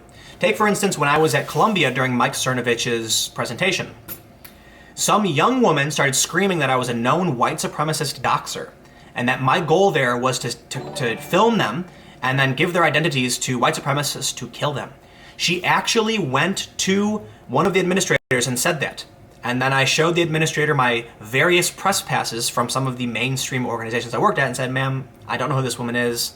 I can assure you she's making this up. And I showed her, I have some mainstream media press passes from back in the day. And I was like, I don't work here now, it's where I used to work, now I work for my own company. And she apologized, like, I'm so sorry about this, you're fine, you do your thing. This woman who was lying about me didn't know who I was, never heard of me, but some random guy yelled, don't talk to that guy, he's alt-right. And that was all it took for her to start making things up and lying, because they're a mob. And so what do you think happens then if Oreo makes a mistake? They're going to get a wave of regressive leftists boycotting, threatening. Then Jimmy Kimmel's going to go on his show and be like, did you hear about this Oreo thing? Wow, they're racist. You're going to have Jimmy Fallon laughing his ass off nonstop, unable to comprise a complete sentence while he mocks Oreo for being racist. This is what happens. When you have late night hosts, when you have media that is dominated by one political faction, rest assured all of the brands are going to follow suit. Rest assured that Twitter, Facebook, they're going to do these things. And that means, as far as I see it, I'm not sure who's going to win. I kind of go back and forth on this. I've made statements in the past where I'm like, I think the left will win, I think the right will win. I don't know. I think it's better to say the authoritarians versus the libertarians. But when you think about the institutional power wielded by the authoritarian, regressive left, I don't have a reason to believe that, the libertarian side is going to win. There's a few things, there's like little highlights here and there, but, Bo Stoker says, who likes a good yoke? The ewes. I still want to know what you think. I still want to know who you think in the skeptic community is LARPing, and you never answered the question. If I get it right, will you tell me? Yes, I will, but I don't think anyone will get it right. And the thing is, there's someone who's gaining a lot of attention. I just don't want to go after people who are not doing it. If I don't have hard evidence to prove that someone is doing something wrong, I'm not going to come out and just accuse people of doing things or just rag on people for no reason. That's pointless. And all that would do, it'd be bad for me, it'd be bad for them, and there's no reason to start a flame war or anything. Like when I talk about Tommy Robinson, I didn't do it where I was insulting him or attacking him. I flat out said, I'd like to see him address this because this video is fake news, and that's fair. And then I finished by saying I respect that he granted me access because many news organizations wouldn't do this. And I thought that was fair as well. But when it comes to other people, I don't have proof that the person I think who's riding this wave is actually riding the wave. I just think it's suspect. And so I don't want to drag anybody. Ian Hall says, but Tim, liberalism is a disease. Liberalism, find the cure. Liberalism at its core, not at what it colloquially means. Look, liberalism is close to libertarianism. It is the idea that you live and let live, and that's fine. When people say liberalism is a mental disease, they're referring to fringe extremists and authoritarians. So this is the conundrum, Chris Bayer says incel is not an ideology, it's a name, and morality is not universal, but that does not mean morality cannot be logical and universally good. Excellent point. I think that morality can be based in logic, the understanding to minimize harm, and it's dynamic. You have to understand what is acceptable to a person and what isn't. Is it immoral to shove your left hand in the face of a person who would be offended by it? I believe technically yes, technically no, right? If you are trying to cause them some kind of anguish, like you're trying to insult them and put them in a negative state, I disagree with that. And I question the ethics, the morality of that. However, it's arguable. Some people would say there's something wrong with that. If they don't like your left hand, that's their problem. So it is what it is. I personally try not to be offensive. I personally try to avoid language that would make people angry. For the specific reason of, you can't effectively communicate with people if you are enemies. And that means if someone says something is offensive, I'll try my best to avoid that kind of language. And it was actually funny when I was talking to the Proud Boys, they mentioned something like, you can be a Proud Boy if you just refuse to apologize for creating the Western world. And I said, no, but I would apologize. And they were like, what? What do you mean? And I was like, listen, man, if someone comes to me feeling angry and having all of these ideas about what America is, and then wants to have a conversation about it, I'm not going to get in their face and be like, I refuse to apologize. I'm going to be like, hey man, I'm sorry you feel that way. Can we have a conversation, maybe unpack some of these issues and figure out where we can better understand each other? If they're wrong, you're not going to convince them they're wrong by being their enemy. So to an extent, you apologize. It doesn't mean that you think the facts are untrue. It means you are trying to sympathize or empathize with them. And even if you don't agree with that, and you don't want to give the snowflakes their, I'm using that word on purpose. Oh, I'm going to sneeze. Even if you want to do that, think about it logically. You don't have to believe or be sincere in your apology, but just know that you're going to be an effective communicator, more effective if you're willing to meet people on their terms and be friends with them. It's a complicated process, but it is what it is. Typical Player One, thank you for the Canadian $5. I appreciate it. Jesse Bruce says, hi Tim, I live in New Zealand. Some of these far left politics are seeping into mainstream here. What's the best way to challenge the narrative constructively? I don't know. Because I think no matter what happens, you have an authoritarian faction that's not... look at it this way. 10 people are sitting on a city council, and they want to impose some kind of diversity initiative. And you raise a logical question of, if we allow people to gain access based on their identity, will that be afforded to all identities, or will some be excluded? And they say, that's a good question. And then someone else stands up and says, you're a white nationalist. And then all of a sudden the people on the border are like, oh, I don't agree with that. Yeah, no, he's a racist. Oh, I'm not gonna... look, I talked about this Chris Langan guy, and they're literally asking if he's a white nationalist. Really? Because his position was identitarian for all or for none? What does that have to do with white nationalism? Yikes. So yeah, man, Jesse Bruce, I don't know what you can do. Be nice to people, be calm, but at the end of the day, these people, they've got institutional power, and the media is supporting them, and brands are supporting them. So I kind of feel like we have a good possibility of an authoritarian future, where there will be new minorities. I mean, look what's happening in South Africa with the white minority. You've got people in the U.S. saying good. It's like a minority is being it's a complicated situation.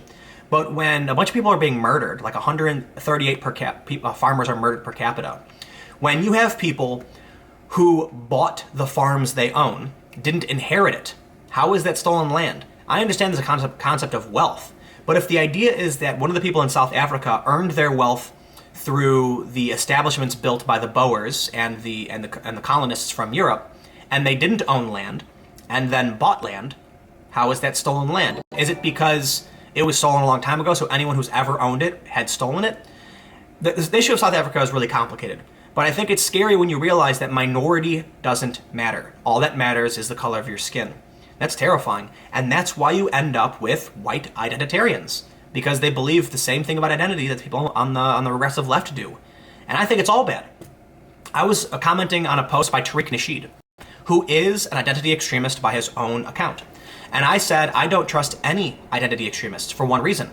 They uphold their own identity. And I don't have that. I don't. I've had conversations with white nationalists who said, you're not allowed in the ethno-state. You're mixed. And I've had people who are at Occupy Wall Street tell me I wasn't welcomed in their, what they call the colored caucus, because I wasn't colored enough. I have had actual regressive leftist Koreans tell me I'm not Korean enough to be a part of their community.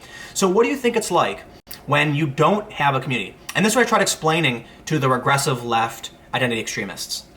You have a community. You do. You might have historical oppression, institutional racism. The housing market, for instance, is extremely racist, and you face racism from these people on a day-to-day basis. That's a true fact. But you have a community you can go to and find solace and sanctuary within. There are churches that are predominantly black. There are spaces at these protests that are for colored people only. I think Harvard had like a black-only graduation ceremony. How many of these things happen for mixed race people? They don't. And people who are mixed race have different cultures in their background, so it's hard to find a community.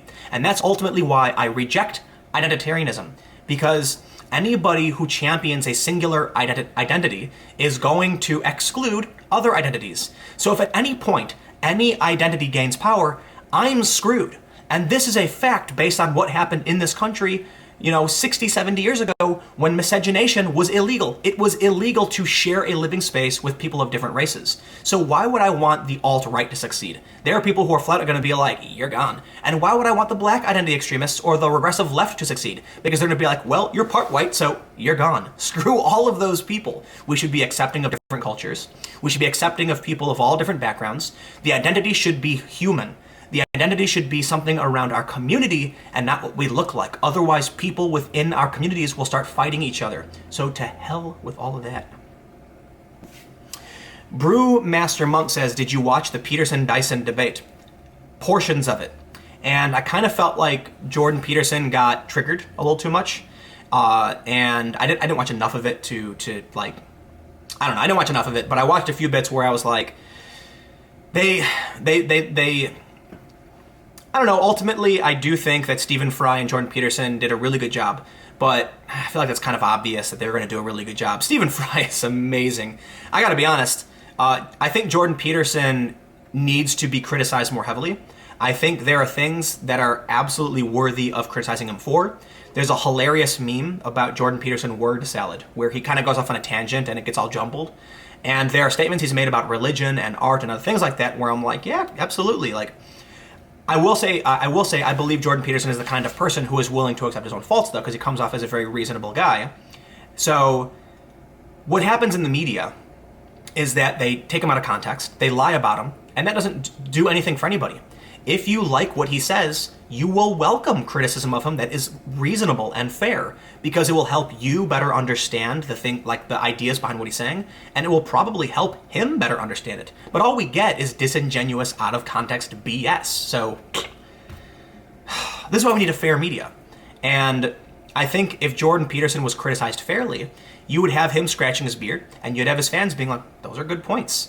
We don't get that, because for some reason, people would rather be emotionally satisfied by lying about him and accusing him of being alt-right and not watching anything he's done and treating his ideas fairly.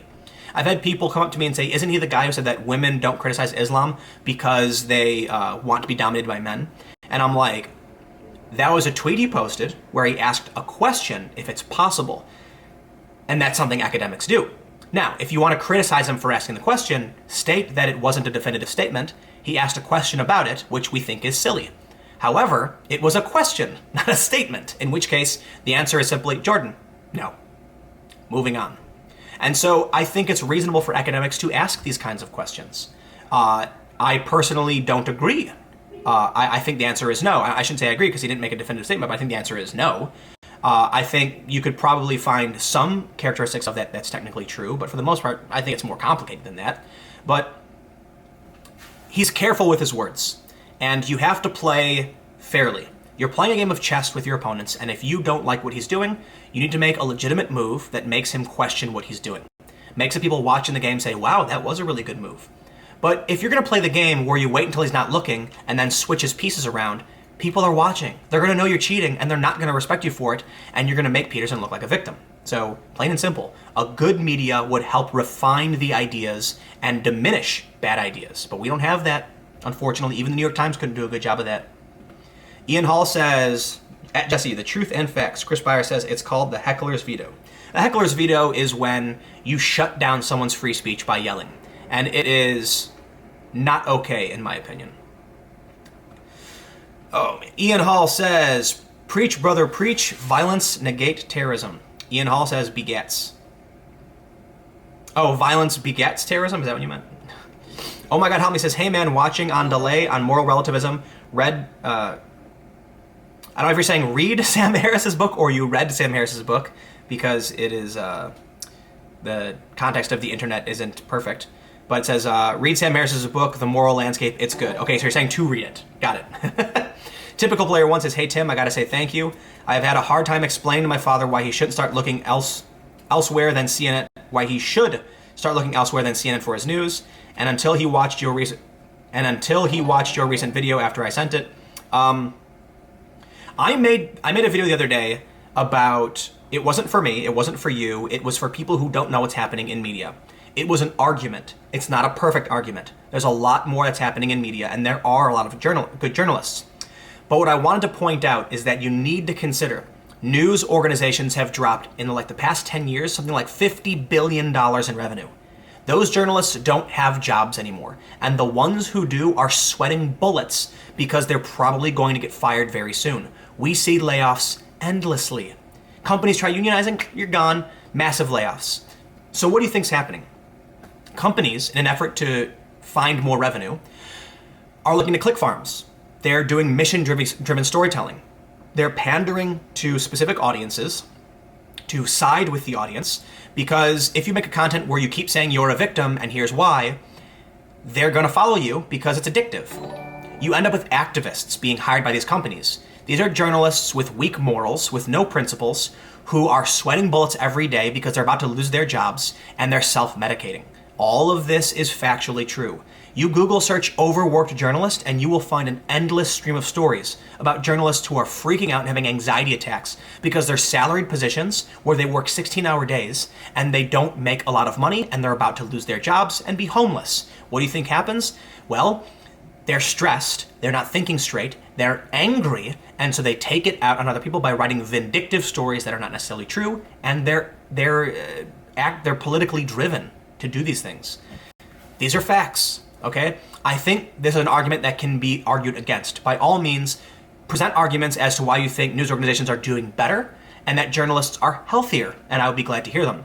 But in my experience working at Vice and Fusion, I only ever saw stress. Did you know that Vice had a Jaeger dispenser, okay? I don't know if it was actually in use, I really don't. But there was a Jaeger chiller and dispenser on a shelf in the main office where all the journalists sat. I never saw anybody drink from it, but it was there because it was funny. Journalists would have booze on their desk next to their monitors, and they would pour it in their coffee. It's true, they do this. There was a guy I knew who immediately, when we set up an office, bought a bunch of booze and layered it in front of his computer, and I said, what's the booze for? And he goes, journalists, man, you gotta have booze. How else are you gonna finish your work? And that's what they do. They drink all day to get drunk to try and write through these stories. It's not even about reading terrifying stories. It's not about looking through battlefield footage. It's not about being in active gunfire. Listen, I've been shot at numerous times. I have watched people die, and I don't drink. I don't drink, I avoid caffeine, and I limit sugar, and I try to exercise, because I understand you gotta take care of yourself. I've been drinking coffee more recently, and I totally regret it because I don't need it. I don't even know why I do it, but I've been cutting back heavily.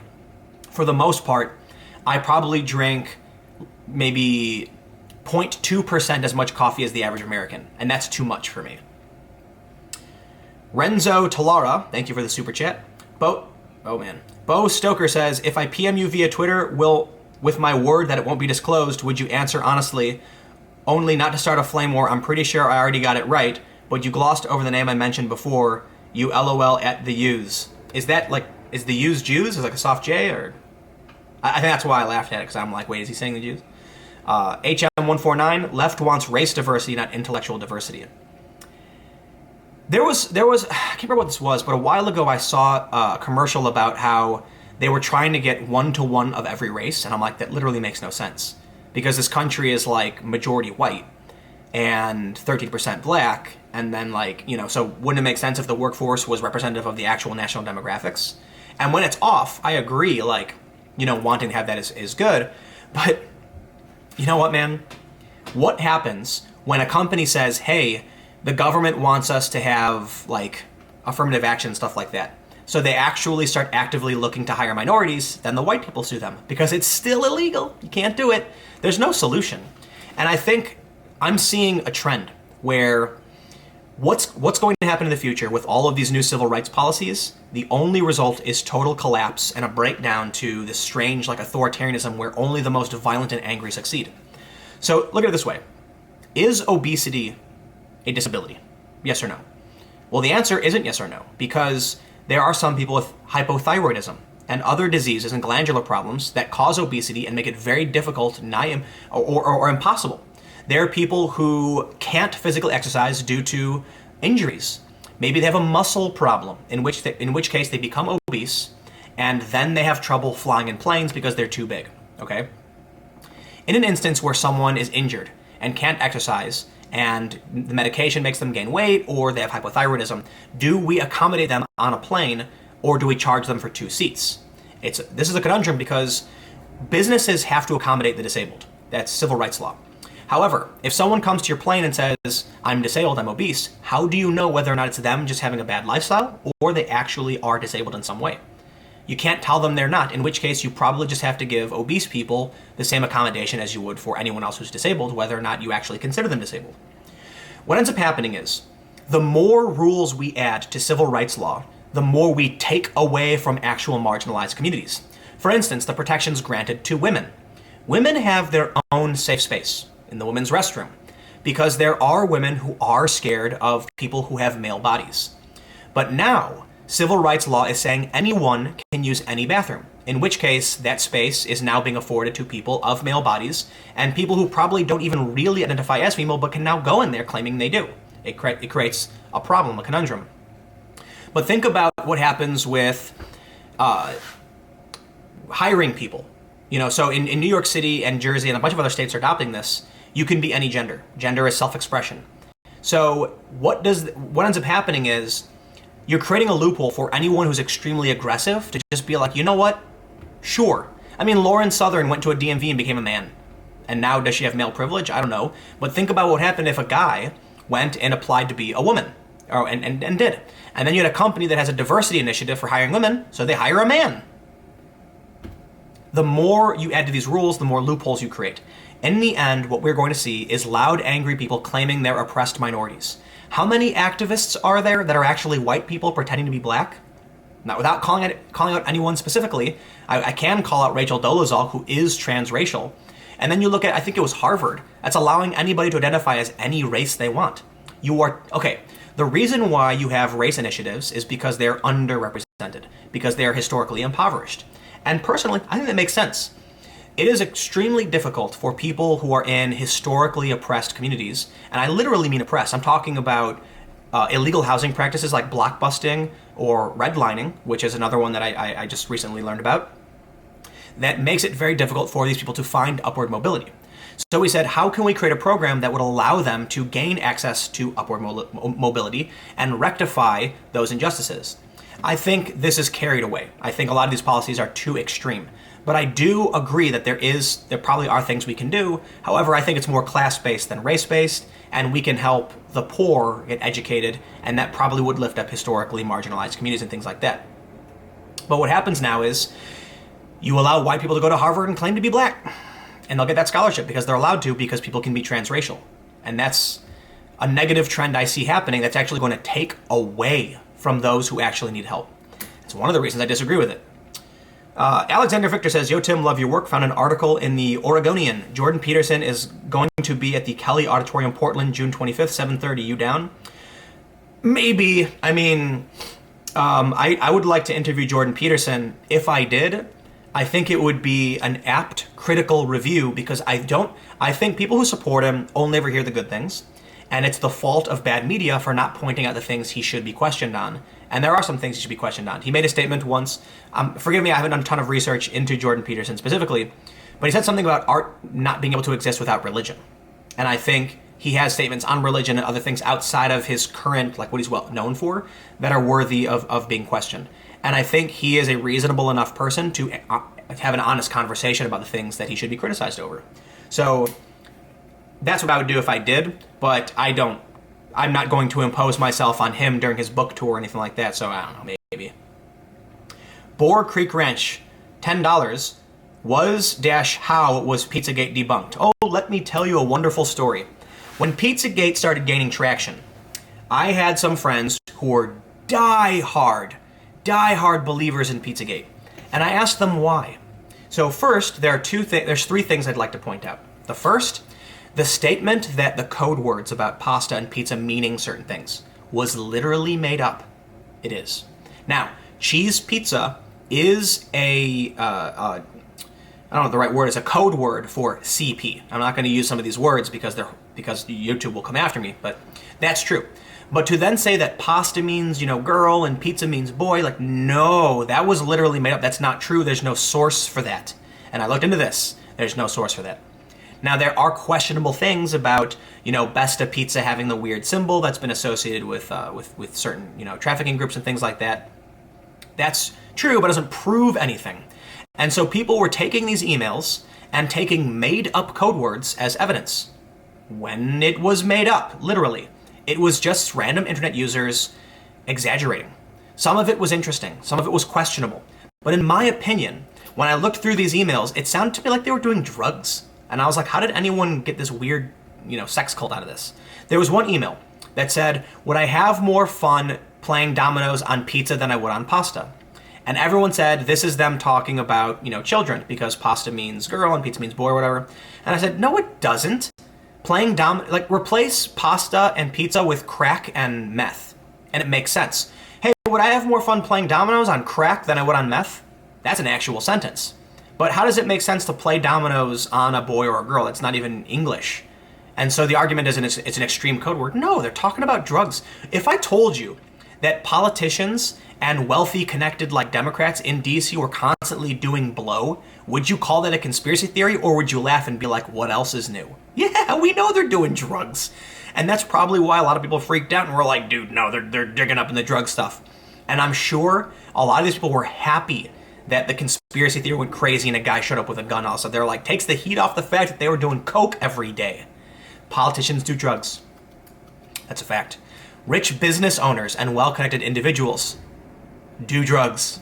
And when they email each other about the drugs they want to do, they don't call the drugs the name of the drug. They use code words like, hey man, if I'm going to play Mario Party, should I do it on flurbs or flaps? Like, why would you email someone that you're doing drugs? You'd use a code word. And so ultimately, it got carried away. It is a conspiracy theory. However, CNN repeatedly called it fake news, and that is a lie. CNN said that it was literally made up by people to push fake stories. That is not true. It was a conspiracy theory where a bunch of people got overly excited and started connecting dots that shouldn't have been connected. And there's a difference. And there you have it. Ricky Rock says Tim has been paid off by Podesta. Personally, based on the news about Podesta and his ties to these companies, and he's potentially implicated in some of these corruption things, he doesn't sound like a good guy. He sounds like a nasty corporate fella, So, Whomstedov said, damn, is Tim literally a shill? I just got in. Horrible timing. So, Tim is wrong. No, I'm not wrong. I remember exactly when Pizzagate started. I remember when the first screen grab of the 4chan statement about the code word started getting shared, and that came literally out of nowhere. So you know what? Is it possible those code words are real? Sure, but there was never any evidence presented as to why those words were real. And I'll tell you another story. When my friends were going crazy about Pizzagate, I took a pamphlet from Besta Pizza, and I took one of their coupons, and I made up some ridiculous sophistry about why it meant children, and I circled it with paintbrush, and I put some like text in there, like I went on Paintbrush and added text saying like, this means, this means that. And then I was like, dude, you got to see this. And I sent it to them, and they went nuts for it. And they're like, oh my God, it all makes sense. It's proof. And I was like, wait, hold on. I made all that up. And they're like, wait, what? And I'm like, I'm just trying to show you how easy it is to create a logical path that's going to convince someone this is true based on gaps and things that don't necessarily make sense. When in reality, I just made it up and you believed it. So Brewmaster Monk says, those of us on r/Jordan Peterson are constantly asking for criticism. 99% of it is really bad. And that's a problem, because I have seen stuff like, the only thing I can really mention are his statements about religion and art and his word salad, right? I think often he says things, he kind of goes off on a tangent. I don't know, I'm not saying like extremely often, but there have been times where he goes on a tangent where he's kind of not saying anything. And then there are some statements he's made in the past that should be called out. I'm not digging into the history of Jordan Peterson and trying to, pull up dirt on anything. I just think that most of the mainstream articles trying to take him down aren't actually criticizing him. They're just making it look like they're attacking him, and they're doing a bad job of it. It's ridiculous. Don't misrepresent his ideas. State what his ideas actually are, give him some pushback and let him clarify on it and challenge his ideas. How hard is that? Weekly Narrative says, yo Tim, fan of your work. We've covered a couple of the same events. Would love to invite you on my podcast sometime. How can I get in touch with you? tim@tagg.ly. That's my email address. It's on my Twitter account. Sometimes you can tweet at me, but these days, I guess, I'm just inundated with the regressive left insulting me and liberalist, centrist kind of individuals defending journalism and far-right people asking me if I'm right-wing yet and things like that. So I get inundated a bit, but my email's on my Twitter. I was only going to do an hour live stream. It's almost midnight, but I don't see why not. Matthew Maury says, what if Dominoes means something else? Yes, it very well could mean something else. It could mean drugs, or it could just mean like an orgy, right? Doesn't necessarily imply they're doing anything illegal on that front. But they could be saying, would I have fun playing, like a three-way on ecstasy or on cocaine? Like, what do you think? Because people do those things a lot. It's very common. Let me just ask you this. What's more likely? That a bunch of politicians are engaging in freaky orgies and doing drugs, or they're engaging in freaky orgies with satanic death rituals and trafficking children? It's not impossible, but I'm going to lead more towards they're probably doing a ton of drugs. Like, a lot of drugs. Because we know they do. All the time. Because I know people who hang out with them and do drugs. Like, it's not a secret. We know politicians are doing drugs. It's what they do.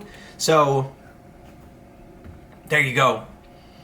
Whomstudov says, what about the Alefantis and Podesta art? I mean, here's the thing, man. There's a bunch of conjecture. That's it. It's a conspiracy theory. Journalists need to dig through conspiracy theories to find evidence to determine whether or not they're real conspiracies. However, in this instance, all we really have are creepy dudes with creepy art. So if you want to believe they're doing these things, like, you're allowed to believe it. But I think it's ridiculous. Like, here's what I tell people. Listen, the best thing you can do if you really believe this stuff is not to assert it as fact, is not to come out telling people that there's a Clinton circle of sex traffickers. It's to actually say, you know what? I don't know exactly because there's no hard evidence, but there's a lot of weird conjecture and circumstantial tidbits that lead some people to believe. I think it's fair if you want to dig into it, but I don't think you're ever going to get anything out of it. So if you want to believe it, by all means. But I just look at it and I'm like, basically we have a creepy guy. We have creepy people like Epstein, who literally is a bad person. I'm saying, I'll put bad person in air quotes because you know what I mean when I say that, but I'm trying to avoid certain language so YouTube doesn't delete me. You do. It exists, and we know these politicians operate in these circles, and we know that there was like something happened in Parliament in the UK, I think. Like, this stuff can happen, but when you go around acting like, Hillary Clinton is personally involved and like this weird stuff's happening, people are going to look at you like a crazy person. So, for one, in my opinion, I don't think it's real. I think a lot of it's made up. I think a lot of people are overzealous and easily excitable, and they shouldn't dig in as much as they do. But I think those that might actually believe that it is real need to walk back and be more reasonable about it, because people think you're crazy if you go around screaming about these death circles. Matthew Maury says, I agree, But the world elite have a track record of sex crimes, and we know about the drugs. Why would they hide something nobody cares about, just like questioning known liars? Because, look, a politician or an aide who has an email published that says, hey, I'm doing a bunch of cocaine tonight, they're going to lose their job. Period. No matter who you are, you don't want public record of you doing illegal things. Like, if an email went to Hillary Clinton saying, would I have more fun having sex on cocaine or ecstasy? That would be bad for everyone. Sure, we know they're doing it, but it would be in every media story. Hillary Clinton implicated in a bunch of drugs. So what do? They use code words. Dude, when I was growing up, the kids in my neighborhood called cigarettes squares because they didn't want their parents to know they were asking for cigarettes. They use different words so that people don't know what they're saying. It's normal. You know? So when I heard about this, I was just like, eh. Oh, man. So I think I will give it a few more minutes, and then we'll be signing off. But let me just end by saying hit that thumbs up button if you haven't already. Subscribe to my channel. Follow me on Twitter at Timcast. And here's my question. I was told after these live streams to make them private. And the reason for that is, after the video is published, it becomes what's called a VOD, a video on demand. And if people who follow me don't watch it, it's telling YouTube that I made a bad video. And then what happens is the next time I have a video, YouTube won't send that notification to anybody because they think they don't like my content. That's what I was told. I don't know necessarily what the right thing to do is. Maybe unlist it and then put it on a special playlist. Maybe that makes more sense, but I don't even know if that will still negatively impact my channel. So for now, I've just been doing the live streams and leaving them up because I don't know what YouTube wants, and YouTube won't tell me. So for all I know, doing live streams is extremely bad for my channel, and it's going to destroy everything I've worked so hard to create. But what do you think? I've asked this before, but do you think I should leave them up or take them down? Whomstedov said, here's my last donation. Going to stop funding you on Patreon. Satanic rituals are disinfo. Child trafficking is real. It is. Absolutely. But to take Pizzagate and take a bunch of conjecture and then assert it as fact, you just can't do it.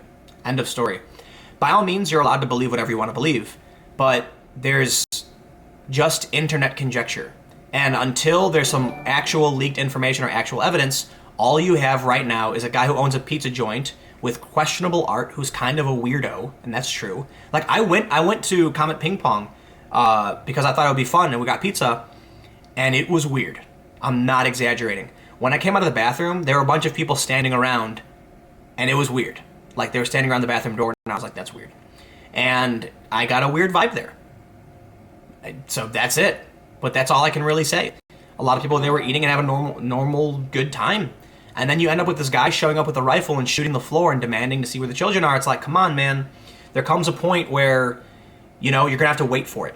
You're going to have to wait for something to come out. You're going to have to do the work and dig in and find some actual evidence that can actually definitively prove that people are doing these things. Because right now there's just conjecture. And there's not even enough circumstantial evidence to warrant an indictment or anything like that. So why would you expect me to come out and try and act like a conspiracy theory? It is. I'm not, like I say conspiracy theory, keep in mind, sometimes they are true. Conspiracy theories can turn out to be true, absolutely. But why am I going to come out and make a definitive statement about something where there's no evidence? There's just a bunch of conjecture. End of story, you know? I can't do it. If I'm not going to definitively say that someone's ideologically slanted against Jordan Peterson and lying about him because we have no evidence, I'm certainly not going to come out and claim that Pizzagate is real. Brewmaster Monk says, cut the live streams into highlight videos like Sargon, but Sargon puts them on a second channel called like Sargon live streams, you know? So I don't think I have the channel size. Like Sargon's got like 800,000 subs. So it's easier for him to be like, hey everybody, I do live streams here. You know what, maybe I'll do that. Maybe I'll move my live streams to my second channel, and then I'll call I'll tell people, I don't know. It's tough. I don't know what the right thing to do is, man. Michael Bennett says, I need those VODs to survive my commute. I can't always catch these at night. But I do the videos every day. Those are they're around the 10-minute videos, but these are a lot longer. Like, it's a 2-hour video. Are people going to come back and watch this for 2 hours where I'm answering questions for people and stuff like that? Like, maybe. Bo Stoker says, start up a live stream channel. One note, if you can promote the stream prior to stream, more people will show. You know what? That's a good idea. I am going to make a channel tomorrow called Timcast Live, And I'm going to start promoting it at the beginning of my videos. And you know why this is a good idea? Because then only people... No, maybe it's not a good idea. I don't know if it'll work. I don't know if it'll work. Margot Tina J says, anyone doubting Pizzagate hasn't been to that creepy Comet Pizza before the scandal hit. Maybe. I went there after it hit, and I still found it to be creepy. Interestingly, there was a review for Comet Ping Pong from a woman. I confirmed this, and I shouldn't say I confirmed it, but I believe this is a legitimate account from an actual human being who is a foreigner who was visiting DC and said that when she went to Comet Ping Pong, the staff members wouldn't leave her children alone and kept trying to take them away to go give them ice cream, and she was upset about this and kept telling them to stop. At first, when I saw this, I thought it was just another one of these people trying to be like, oh, this is what you're doing. But I looked at the account, and the account had existed for like a few years, and it commented on a bunch of different places. And I'm like, this looks like it was like a German woman. I'm like, that looks like a legitimate woman angry about how they were treating her children. So here's what I'll say. There's a lot of weird things about the people who run it.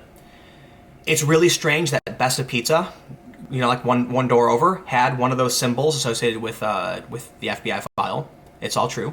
But there's no definitive evidence that anything happened. And so, like, any good journalist, I am not going to assert it is true. In my opinion, after the research I've done, I believe it is not true. That's it. I guess. I know that makes a lot of people angry, but, a lot of people who want to believe in it.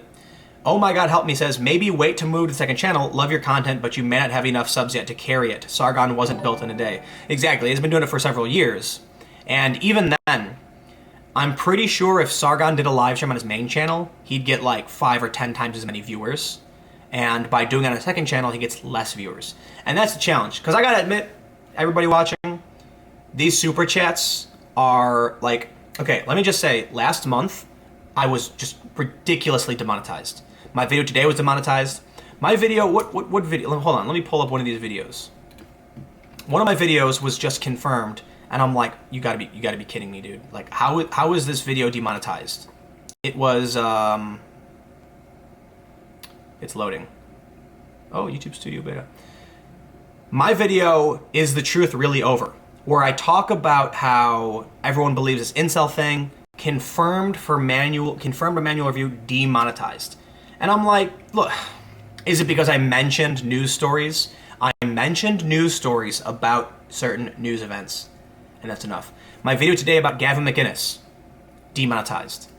Wow, I'm talking about a guy claiming he got a threat. There's nothing, there's no blood, there's no gore, there's no swearing, demonetized. And then what happens is like a week later, they'll remonetize it. So last month, it was bad. I was like, oof, like ad revenue is going to be really, really bad. So I don't always have sponsors. But like usually at the beginning of a month, the first couple weeks of the month, I might have sponsors for the first 4 days of every week. And that is a ridiculous lifesaver. Like I wouldn't be where I am if that were not possible with my patrons. But one of the other reasons I'm doing a lot more live streaming is because, my God, the super chats have definitely saved me many times over. And so what I started thinking was, I'll tell you what I want to do. Right now I'm looking to move. I'm trying to find a bigger space. That's not, I'm trying to find something that's basically the same price as this, but like bigger and maybe a different area. Because I actually want to set up something that's kind of like Steven Crowder's setup. He's got this cool kind of informal studio thing where it's a setup, but it's just him by a brick wall. And I'm like, I like how it's not a big news studio, but it is something that allows him to sit and like have a conversation and present things. Right now, you're looking at me in my living room. That wall right there is my art wall, and a lot of those items are from various things around the world where I've traveled to. I don't like that as a backdrop. I've used it as a backdrop before, but I'm like, it's a cool wall. It's like my art wall. But I kind of need to set something up. So I actually want to set up like a daily live stream thing. Because it's a lot easier to do daily live streams than it is to do like 5 different videos on my second channel. So I'm bouncing around with the idea, trying to figure out what to do. My original plan was Monday, Wednesday, Friday to get started, to see how much I could handle doing these live streams. And now I did one today because I skipped yesterday because I was just like, I was totally wiped. I ended up watching Shaun of the Dead and eating Indian food and just like sitting back. That's when that's the equivalent of my day off. When I still put out a video And actually, that video I put out on Monday, the main reason I was wiped is that that video is 20 minutes long of me going, like I did a ton of research, Emily helped put research together, and then I had to basically build this video, and that took longer than normal. And afterwards, I was just like sitting there with like my eyes half glazed, and I'm like, I can't do a stream today, man. But I've gone for 2 hours today, so it's certainly possible, you know. Bo Stoker says, by promote, there is a way you can say you're going to stream at 9, but send out your notifications prior. Ask Sargon to test your theory. What I can do is I can post on my community tab, and that should give notifications to people who normally want notifications. And then here's what I was thinking of doing. You'll notice in a lot of my videos, I'll be like, before I get started, go to patreon.com and become a patron. Holy crap. I also want to add, before I started doing that, I would say at the end of my videos, if you like the video, go to Patreon, and I was slowly losing patrons. It was going down. Because people weren't seeing it, I guess. Because most people will probably leave after like 8 or 9 minutes, because they're like, I get it, I watched the video. I decided to add the patron thing to the front, right before I get into everything with like a quick 10-second thing, and I've gained several hundred new patrons, and I'm like, damn, that is the right way to do it, you know? So now I started doing that, and my patrons are going up. So here's what I'm thinking. I'll start the video, and I'll say, before I get started, make sure you hop over to youtube.com/timcastlive and subscribe, because this is where I will be doing periodic live streams about these issues, and it could happen at any moment, at any time, but there will eventually be a schedule. And also go to patreon.com/timcast. My second channel, maybe I'll just do it there, because it already exists, and I'll just call it Timcast Live, and I've done some live streams on it before, but that gained 10,000 subscribers in like 2 weeks. And here's the thing about my second channel. The people who are willing to subscribe to me twice are the people who really like my content. So I noticed something interesting. I have 168,000 subscribers on my main channel, but my videos on average get around 25,000 views. However, on my second channel, with right now 12,000 subscribers, those videos get around 4,000 views. It is a significantly higher percentage of viewership, because the people who subscribe to my second channel are people who really like my content. So I think I'll start doing that, but we'll figure it out. And I guess what I'll do is I'll still do streams on this channel, but I'll do more frequent streams on my second channel, and I'll use my less frequent streams on the main channel to push to that channel. And then maybe once I get to a point where that works, I'll make it permanent, but you know, we'll see what happens. The other thing too is, one of the things that will help grow this channel is having multiple channels. So I think Sargon's got a really good idea with how he does it. The Thinkery is like quick one-offs. His main channel is his weekly show and other like, man, Sargon did like a 40-minute thing on Venezuela. I was like, damn, it was really well done. That's impressive. I got a lot of respect for that guy. He's a smart person. Like anybody, I don't think he's perfect, and I think he warrants a lot of criticism. But his long form pieces he's done. I told him when I saw him in London, I was like, dude, that's good journalism. Like, you did a lot of research on Venezuela and what was happening, and there's a ton of stuff I didn't know that he added like context. Like, he talked about rabbit starvation, and I never knew that. You know, so you can talk about how eating rabbits is a bad idea. Venezuela told everyone to start eating rabbits. But when he brought up rabbit starvation, I'm like, that's something you probably wouldn't get in a lot of these news stories. And I was like, you realize that was a really good analysis. It was like a 45-minute piece. It was really good. But how he does the second channel and the live stream channel, I'm like, yeah, that makes sense. He's got a kind of scheduled, you know, program for his main channel, and then he can just do whatever he wants on his other channels. I'm like, I should probably do that. Delandro Glade says, totally appreciate what you do. Thank you for the super chat. Stedman Willis, love what you do, even though I disagree with you. Some of the things you say, I've been pushing this a lot recently. However, might as well beat a dead horse some more. I think that a better Discord presence might help. Yeah, and I'm in Discord periodically, but it's hard to sit around reading the news all day and trying. Like, here's the thing. I have to do a video every day. It's kind of a personal goal. I have never missed a video. Never. The only exception is live streams. So like during Catalonia, I did a breaking news live stream because I literally can't do a video if I'm on the ground reporting in the field.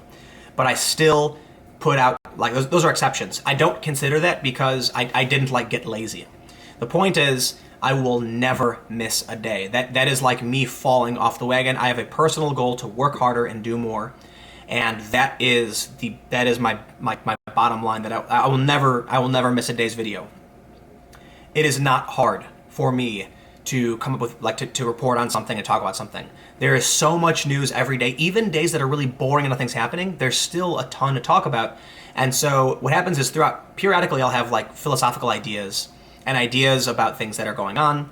And then finally when a slow day comes up, I'll be like, you know what, I'm just gonna do a video where I talk about like something that like has been bothering me. And so there's been a few videos where I've kind of like talked about ideas and opinions more than like reporting on specific issues and things like that. So yeah, whether or not I can like be more active in the Discord, it's like, it's not that easy, but I try. It's there, and a lot of people are using it, and I try to go in as much as I can. Michael Ben says, live stream on this channel, private the video, and host the video on a second channel already set up, question mark. I was thinking about that, but I'm kind of like, does it really matter? I mean, are people going to want to watch a rerun of the live stream on a different channel? I guess if you really like watching my stuff and you miss it, you would, and maybe that makes sense. But I really don't know. Maybe I should do that. Maybe I should do that now. The other hard thing too is I have to wait for this video to render, which takes a long time, especially when it's 2 hours. And then, you know, Mr. Nicktown with the big old super chat. What is this bear thing? Tim, keep on timming. I don't know, but I think we have a special guest. Hold on. Come here, what are you doing? Just wait for it. Trust me.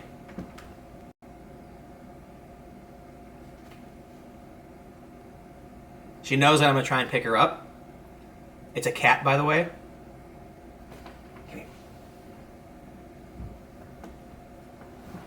This is Betsy. This is Emily's cat. She's going to freak out and bite me in a second.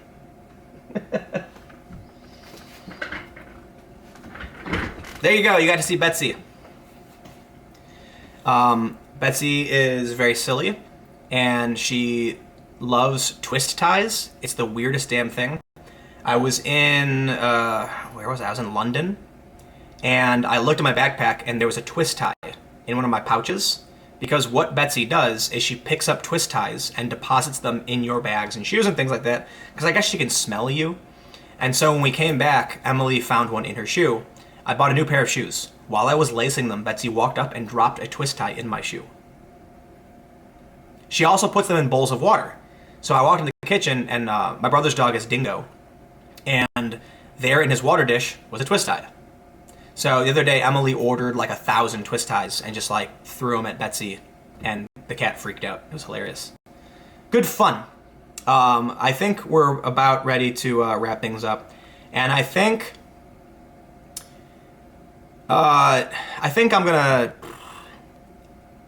just put this up in the normal live stream section of my channel, and if YouTube is gonna take it out on me, which apparently they do, like, if people don't watch the VOD of the stream, then like that negatively impacts my channel. So we'll see what happens though.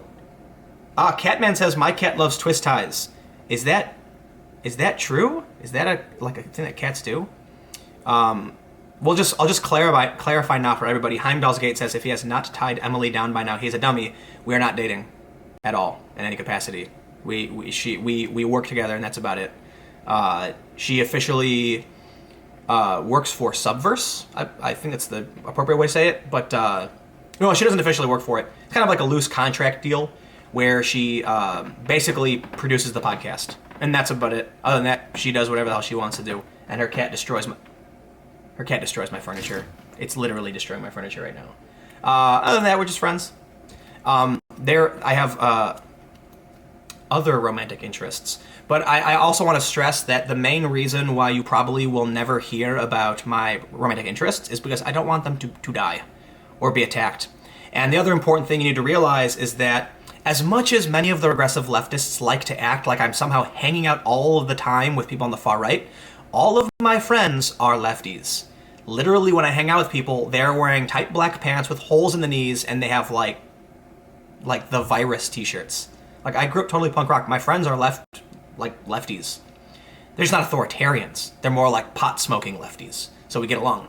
And when it comes to like romantic interests, like, if I'm not going to name anybody. If the friends of mine or the romantic interests I've had, they would be probably just like attacked by their activist friends, and I'm not going to put them in that position. And I think that's a fair thing to state. So, at the point I do have a family and have children, you will never know when it happens. Unless, of course, I get married, then I'm going to go crazy and post like photos of like the proposal and all that stuff. But nah, you know, we'll leave it at that. So HM149, don't date your colleagues. Yes, absolutely, do not date your colleagues. Plain and simple. All right, I'm gonna take a couple more chat questions and then we'll sign off. At 2 hours and 15 minutes. You know, when I'm on a roll and doing the live stream, I'm gonna keep doing it, I guess. Crichton IASA says, who cares about your romantic interests when you can't research news and tell the truth about Tommy Robinson? Oh, you want to keep getting into that? Well, I mean, quite honestly, he posted a fake video where he claimed that Mohammed Hijab punched a police officer. And if you actually, you know, the video he posted, it was kind of zoomed in so you couldn't see. It's actually not true. But for everyone who's wondering, I actually filmed what happened. And someone ran up behind Mo, punched him in the back of the arm, and pushed his hand forward. And it went like this, and opened his arm in it with a limp wrist and an open hand, hit a cop in the face. Sure, technically you could say he hit a cop in the face, but he didn't intend to, nor did he punch the cop. And now you've got Tommy Robinson fans going around saying Mohammed Hijab actually punched a cop. That's not true. Not true at all. And I'm kind of disappointed in a lot of people who won't come out and straight up say it's not true. But I can say that I got an official statement from Lucy, who was in the melee. I watched the melee happen. I filmed it and posted my video showing people what happened. And if you want to say that's not the truth, well, then you're wrong. And we'll leave it at that. So, but I'm not surprised people are coming up and saying that, oh, you're lying about Tommy, because yeah, that's what partisans do. Partisans get mad when you show the bad stuff, plain and simple. So here's one. Inverse Hyperbolic Tangent says, this stream was epic. Leave it up, please. Maybe do a second channel for streams, but don't delete the stream. Yeah. Someone said, I saw you on Tinder. Are you telling me that wasn't you? I mean, I have Tinder. I haven't opened it in like a year. Tim Pool, how do you feel about Stoned Tim Pool? Stoned Tim Pool is awesome. Someone asked me about this before, and I was like, dude, if somebody wants to take the time and energy to put together a profile that's like a caricature of me and comment regularly on my videos and come in the stream, like, that's flattering, man. Someone told me, I can't remember who this was, like a lefty journalist, that you should always respect the trolls. You should always appreciate the trolls. You should always appreciate the critics and the people who mock you, because the alternative is being ignored. You know, so it's like, what would you rather have? Would you rather be literally no one and no one cares about you? No one cares about you enough to comment? No one cares about you enough to criticize or make fun of you? Or would you rather have those people who are so, who care so much about what you're doing that they're going to watch every video and they're going to be like, you suck, I hate you, I watch every video. Like, I actually have people who like come to every video and give it a thumbs down. Like, I'll just let you know, like, giving a thumbs down helps the video. YouTube doesn't differentiate between a thumbs up and a thumbs down. It's all interaction and engagement. They count it the same way. So if you come every day and give it a thumbs down, you're telling YouTube my content is worth watching and that it keeps you on the site. So it's valuable. All right. One more last one. Someone said, I posted many videos to you and you deleted them. Why did you delete the truth? Posted many videos to me and deleted them. I never deleted any videos. I don't delete comments. I don't block people. And I tried to answer most criticism I get. There was a... Oh, wait, what is this? Someone said something. Category 3 is lesser harm and lower culpability. It's not okay to accidentally strike a cop in a fracas. Well, when the police were actively trying to help Mohammed get out of the scuffle, it makes sense that they wouldn't charge him for an accidental hit to the face because someone else hit him. The police had surrounded Mo to protect him. Mo had his arms extended, trying to create space as the police actually escorted him out of the melee. Someone came up behind him and punched him in the back of the arm, and his arm flew forward and hit a cop in the face, and that cop turned around, put his hat back on, and continued to help Mo get out of the scuffle. Even the cop recognized there was no intentional harm done to him. So whether or not they want to say it was an accident, he shouldn't have done it, the cops didn't care. And now they're saying Mo actually punched a cop. And they're on Twitter going like, he should be arrested for assault. How could you let this happen? Oh, of course he's getting away with it, blah, blah, blah. And I'm like, dude, you know what, man? You're not gonna win the argument by misrepresenting what happened, especially when I was there and I filmed it. And you also don't get to act like I'm somehow some great journalist for calling out the left if you then say, oh, but he's lying when he calls out the right, because that's exactly what the left does. And yes, the right does it too. I'll be honest though, the left does it more often. Like, I'm not trying to be. You know, a lot of the people on the left were like, Tim changed, he's on the right. And I'm like, have you considered that maybe more people associated with the libertarian side of things are just right? You know, it's like the responses always say that I've changed. Like, no, my politics are still pretty much the same. I'm just calling you out for being a douche. Is that hard to understand? You know, like my politics didn't change. And we talked about this a little bit earlier in the stream that during Occupy, activists were creating their own media because the mainstream media was lying about them. And today, they're the ones attacking alternative media. Not necessarily the same people, but it's like this faction and a lot of the same people are now supporting the mainstream media narrative. Did you forget? Do you have amnesia? Like, do you remember when the media was lying about you and all of a sudden you just believe what they're saying? Yeah, great. You know, real consistent there. Bo Stoker says, have you tried to reach out to Jordan Peterson? It would be nice to have you challenge him on your ideas. Well, here's the thing. First, Jordan Peterson is a clinical psychologist and an expert. I wouldn't purport to know better than him or actually have any ground to challenge him on. However, he has made statements outside of his field of expertise, which I think he has grounds for criticism. The point is, if Jordan Peterson says, as a clinical psychologist, here's what I believe, my only response is, interesting. You're the expert, not me. However, I could present counter arguments from other experts. Well, Mr. Peterson, so-and-so who is also a psychologist disagrees with you and they say this, how would you respond to that? And that's about the most, like that's the best thing you can do in that position. It's interesting when people like Kathy Newman try to challenge Jordan Peterson on his ideas when she was like, well, what gives you the right to say this? He goes, I'm a clinical psychologist. And it's like, yeah, what do you mean what gives him the right? I'm pretty sure he has a PhD. Like that's what gives him the right to have these opinions. But when he makes statements about like art and religion, again, I don't even know if there's necessarily anything to call him out for. I think some of his stuff can be a little hyperbolic. I think he can get a little emotional because he's getting attacked so much, and that I understand that. But it creates a position of weakness. Like I said, when that Matt dude came up and pulled my hat off, I had a total moment of weakness and flipped out. And you've got to acknowledge it. You've got to say, yeah, man, you know, we're all human. These mistakes happen. And again, I think I have a lot of respect for Jordan Peterson. I think a lot of the things he says make sense and resonate with a lot of people for a lot of reasons.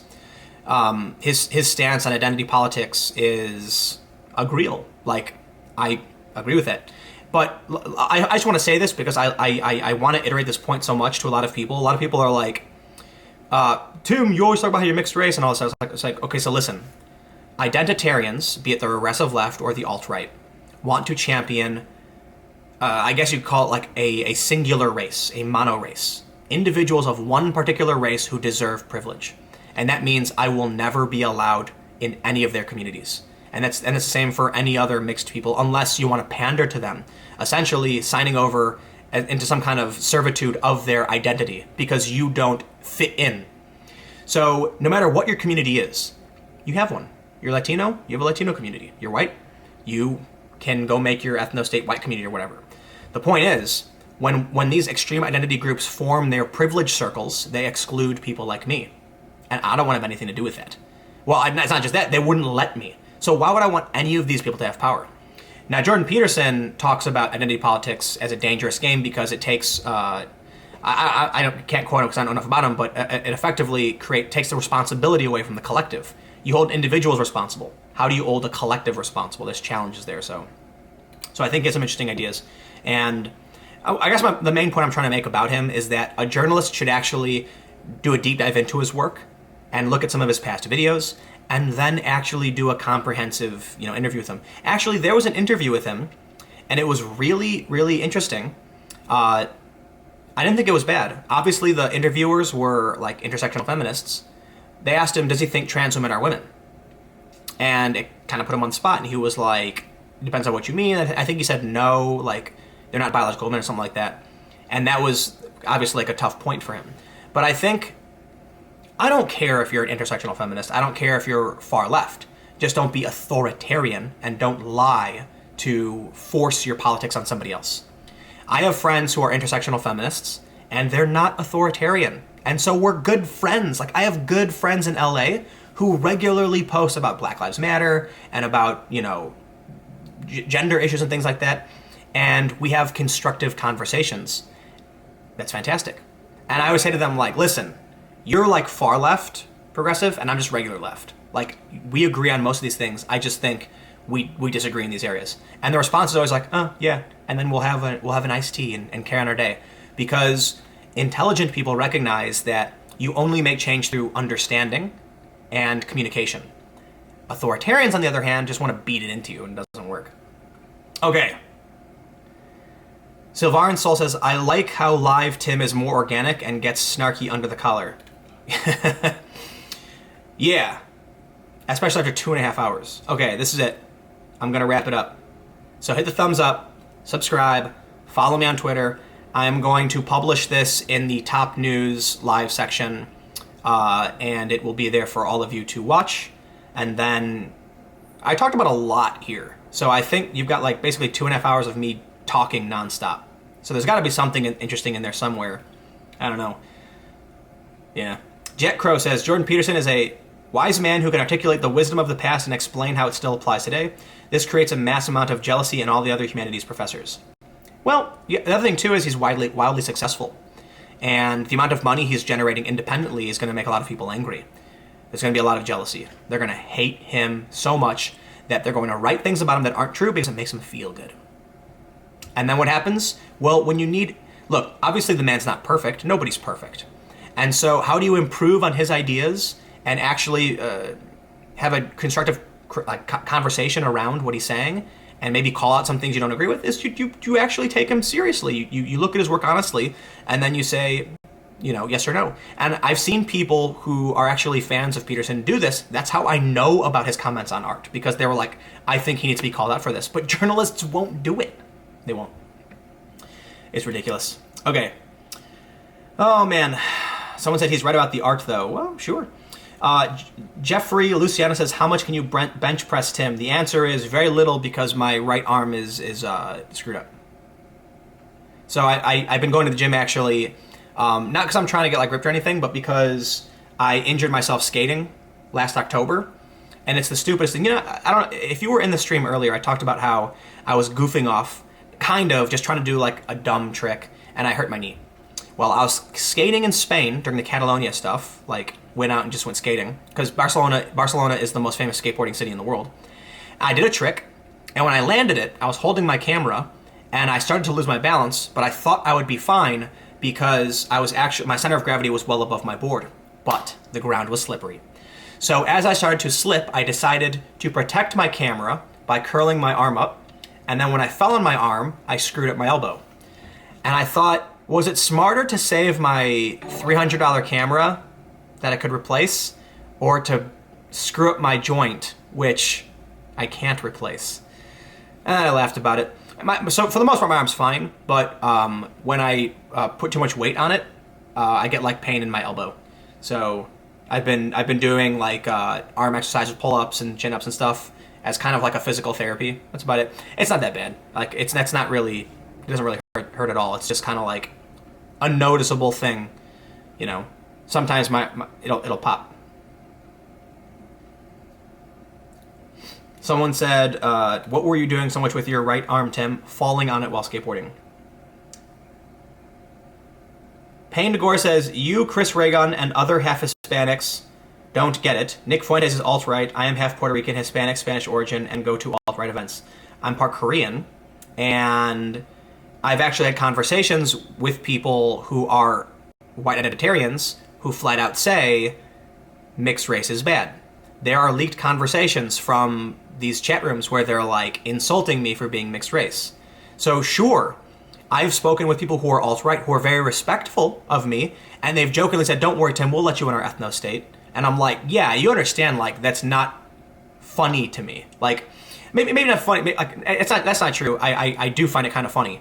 But the idea is like, that doesn't make me feel good about what your politics are. You're not going to convince me. Like, personally, I don't. I think racist jokes against my family and culture is actually really funny. So long as it's meant as a point of like sympathy. Like, how do you explain it? The thing I tell people is that my mom makes math tutorial videos on YouTube, and she got demonetized. And I can't remember when, but I mentioned it and to Lauren Southern, and I was like, dude, it's getting really bad. Even my mom's math tutorial videos are getting demonetized. And she said, why am I not surprised that your mom makes math tutorial videos? I laughed my ass off. So my mom's Korean. And so I messaged my mom, and I told her what Lauren said. And my mom laughed her ass off because we think it's funny. Because it was meant to be funny. Like, Lauren's not trying to insult me.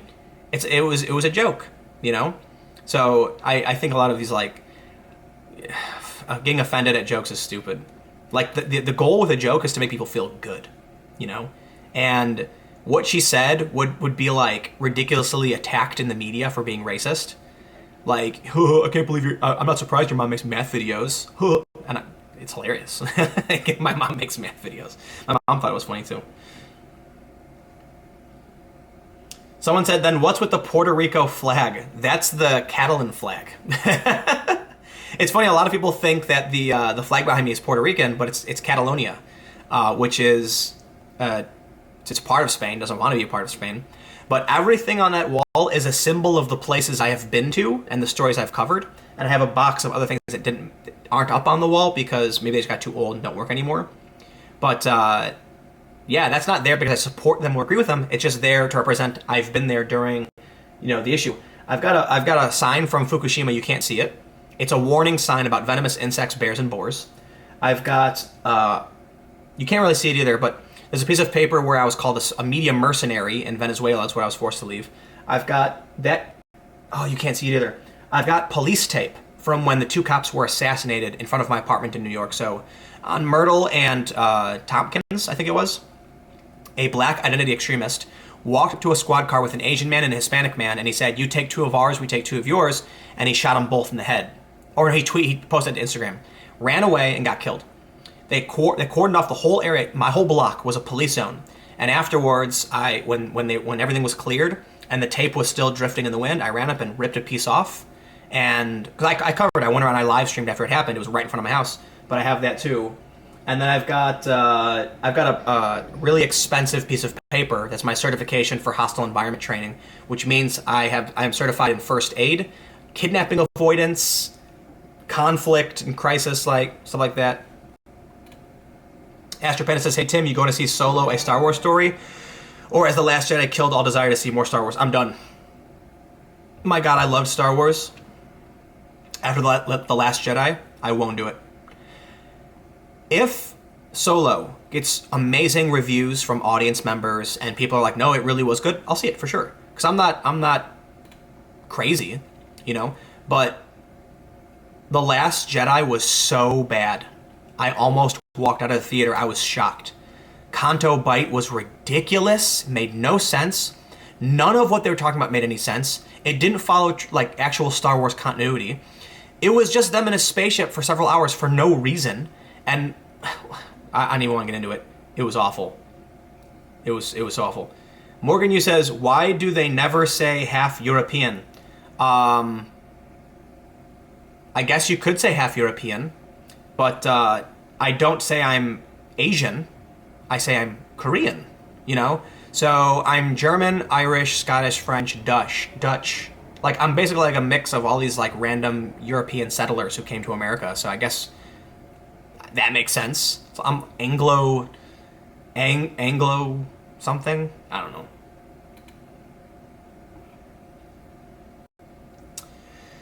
Tulio Fernandez says, how does it feel to be targeted by other journalists when you try your hardest to be impartial? The people who target me aren't journalists, they're activists. I actually have a lot of high-profile journalists who are respectful and friends of mine, and professors as well. There are people who work in high levels of media and journalism who I talk to regularly who are totally legit. And there are a lot of journalists that are totally legit. When I was talking about Vic Berger earlier, this other journalist got my back and said, how do you not understand this is what journalists are supposed to do, in response to like the activists freaking out that I would dare ask these questions. Real journalists get my back and are legit. Even when I bumped into Ben Smith from BuzzFeed, he said, I don't know which side Tim is on right now. So, and I laughed because that was like the lightest questionable statement of like him not knowing what I was doing. And I just said, I'm not on anybody's side. I'm doing, journalism. And I brought up like Daily Beast regularly cranks out fake news. Why should they get any more respect? Why should they be allotted respect? They shouldn't. The Daily Beast literally puts out unconfirmed conspiracy theories as fact. Now, I shouldn't say theories, because I know that there was one instance where Kelly Weil of Daily Beast published a totally unconfirmed conspiracy theory about Mike Cernovich, saying that the alt-right staged a hoax with a flyer that was that said some questionable things on it. There's no proof. The Daily Beast couldn't provide proof. I couldn't get confirmation from anybody. There was no evidence to suggest that what she said was true, but she wrote it was true with no confirmation. And that's insane. And they've also done the same thing recently. The same writer wrote a story about how the Texas shooter had neo-Nazi imagery posted on Facebook, when in reality it was just a German Irish cross which existed before the Nazis, and he had a sickle and hammer and Cthulhu. So it's totally, oh my God, it is detestable. It is evil. It is this angry, low quality, petulant, just like emotionally unstable, angry individuals who write this stuff. Jesus Christ.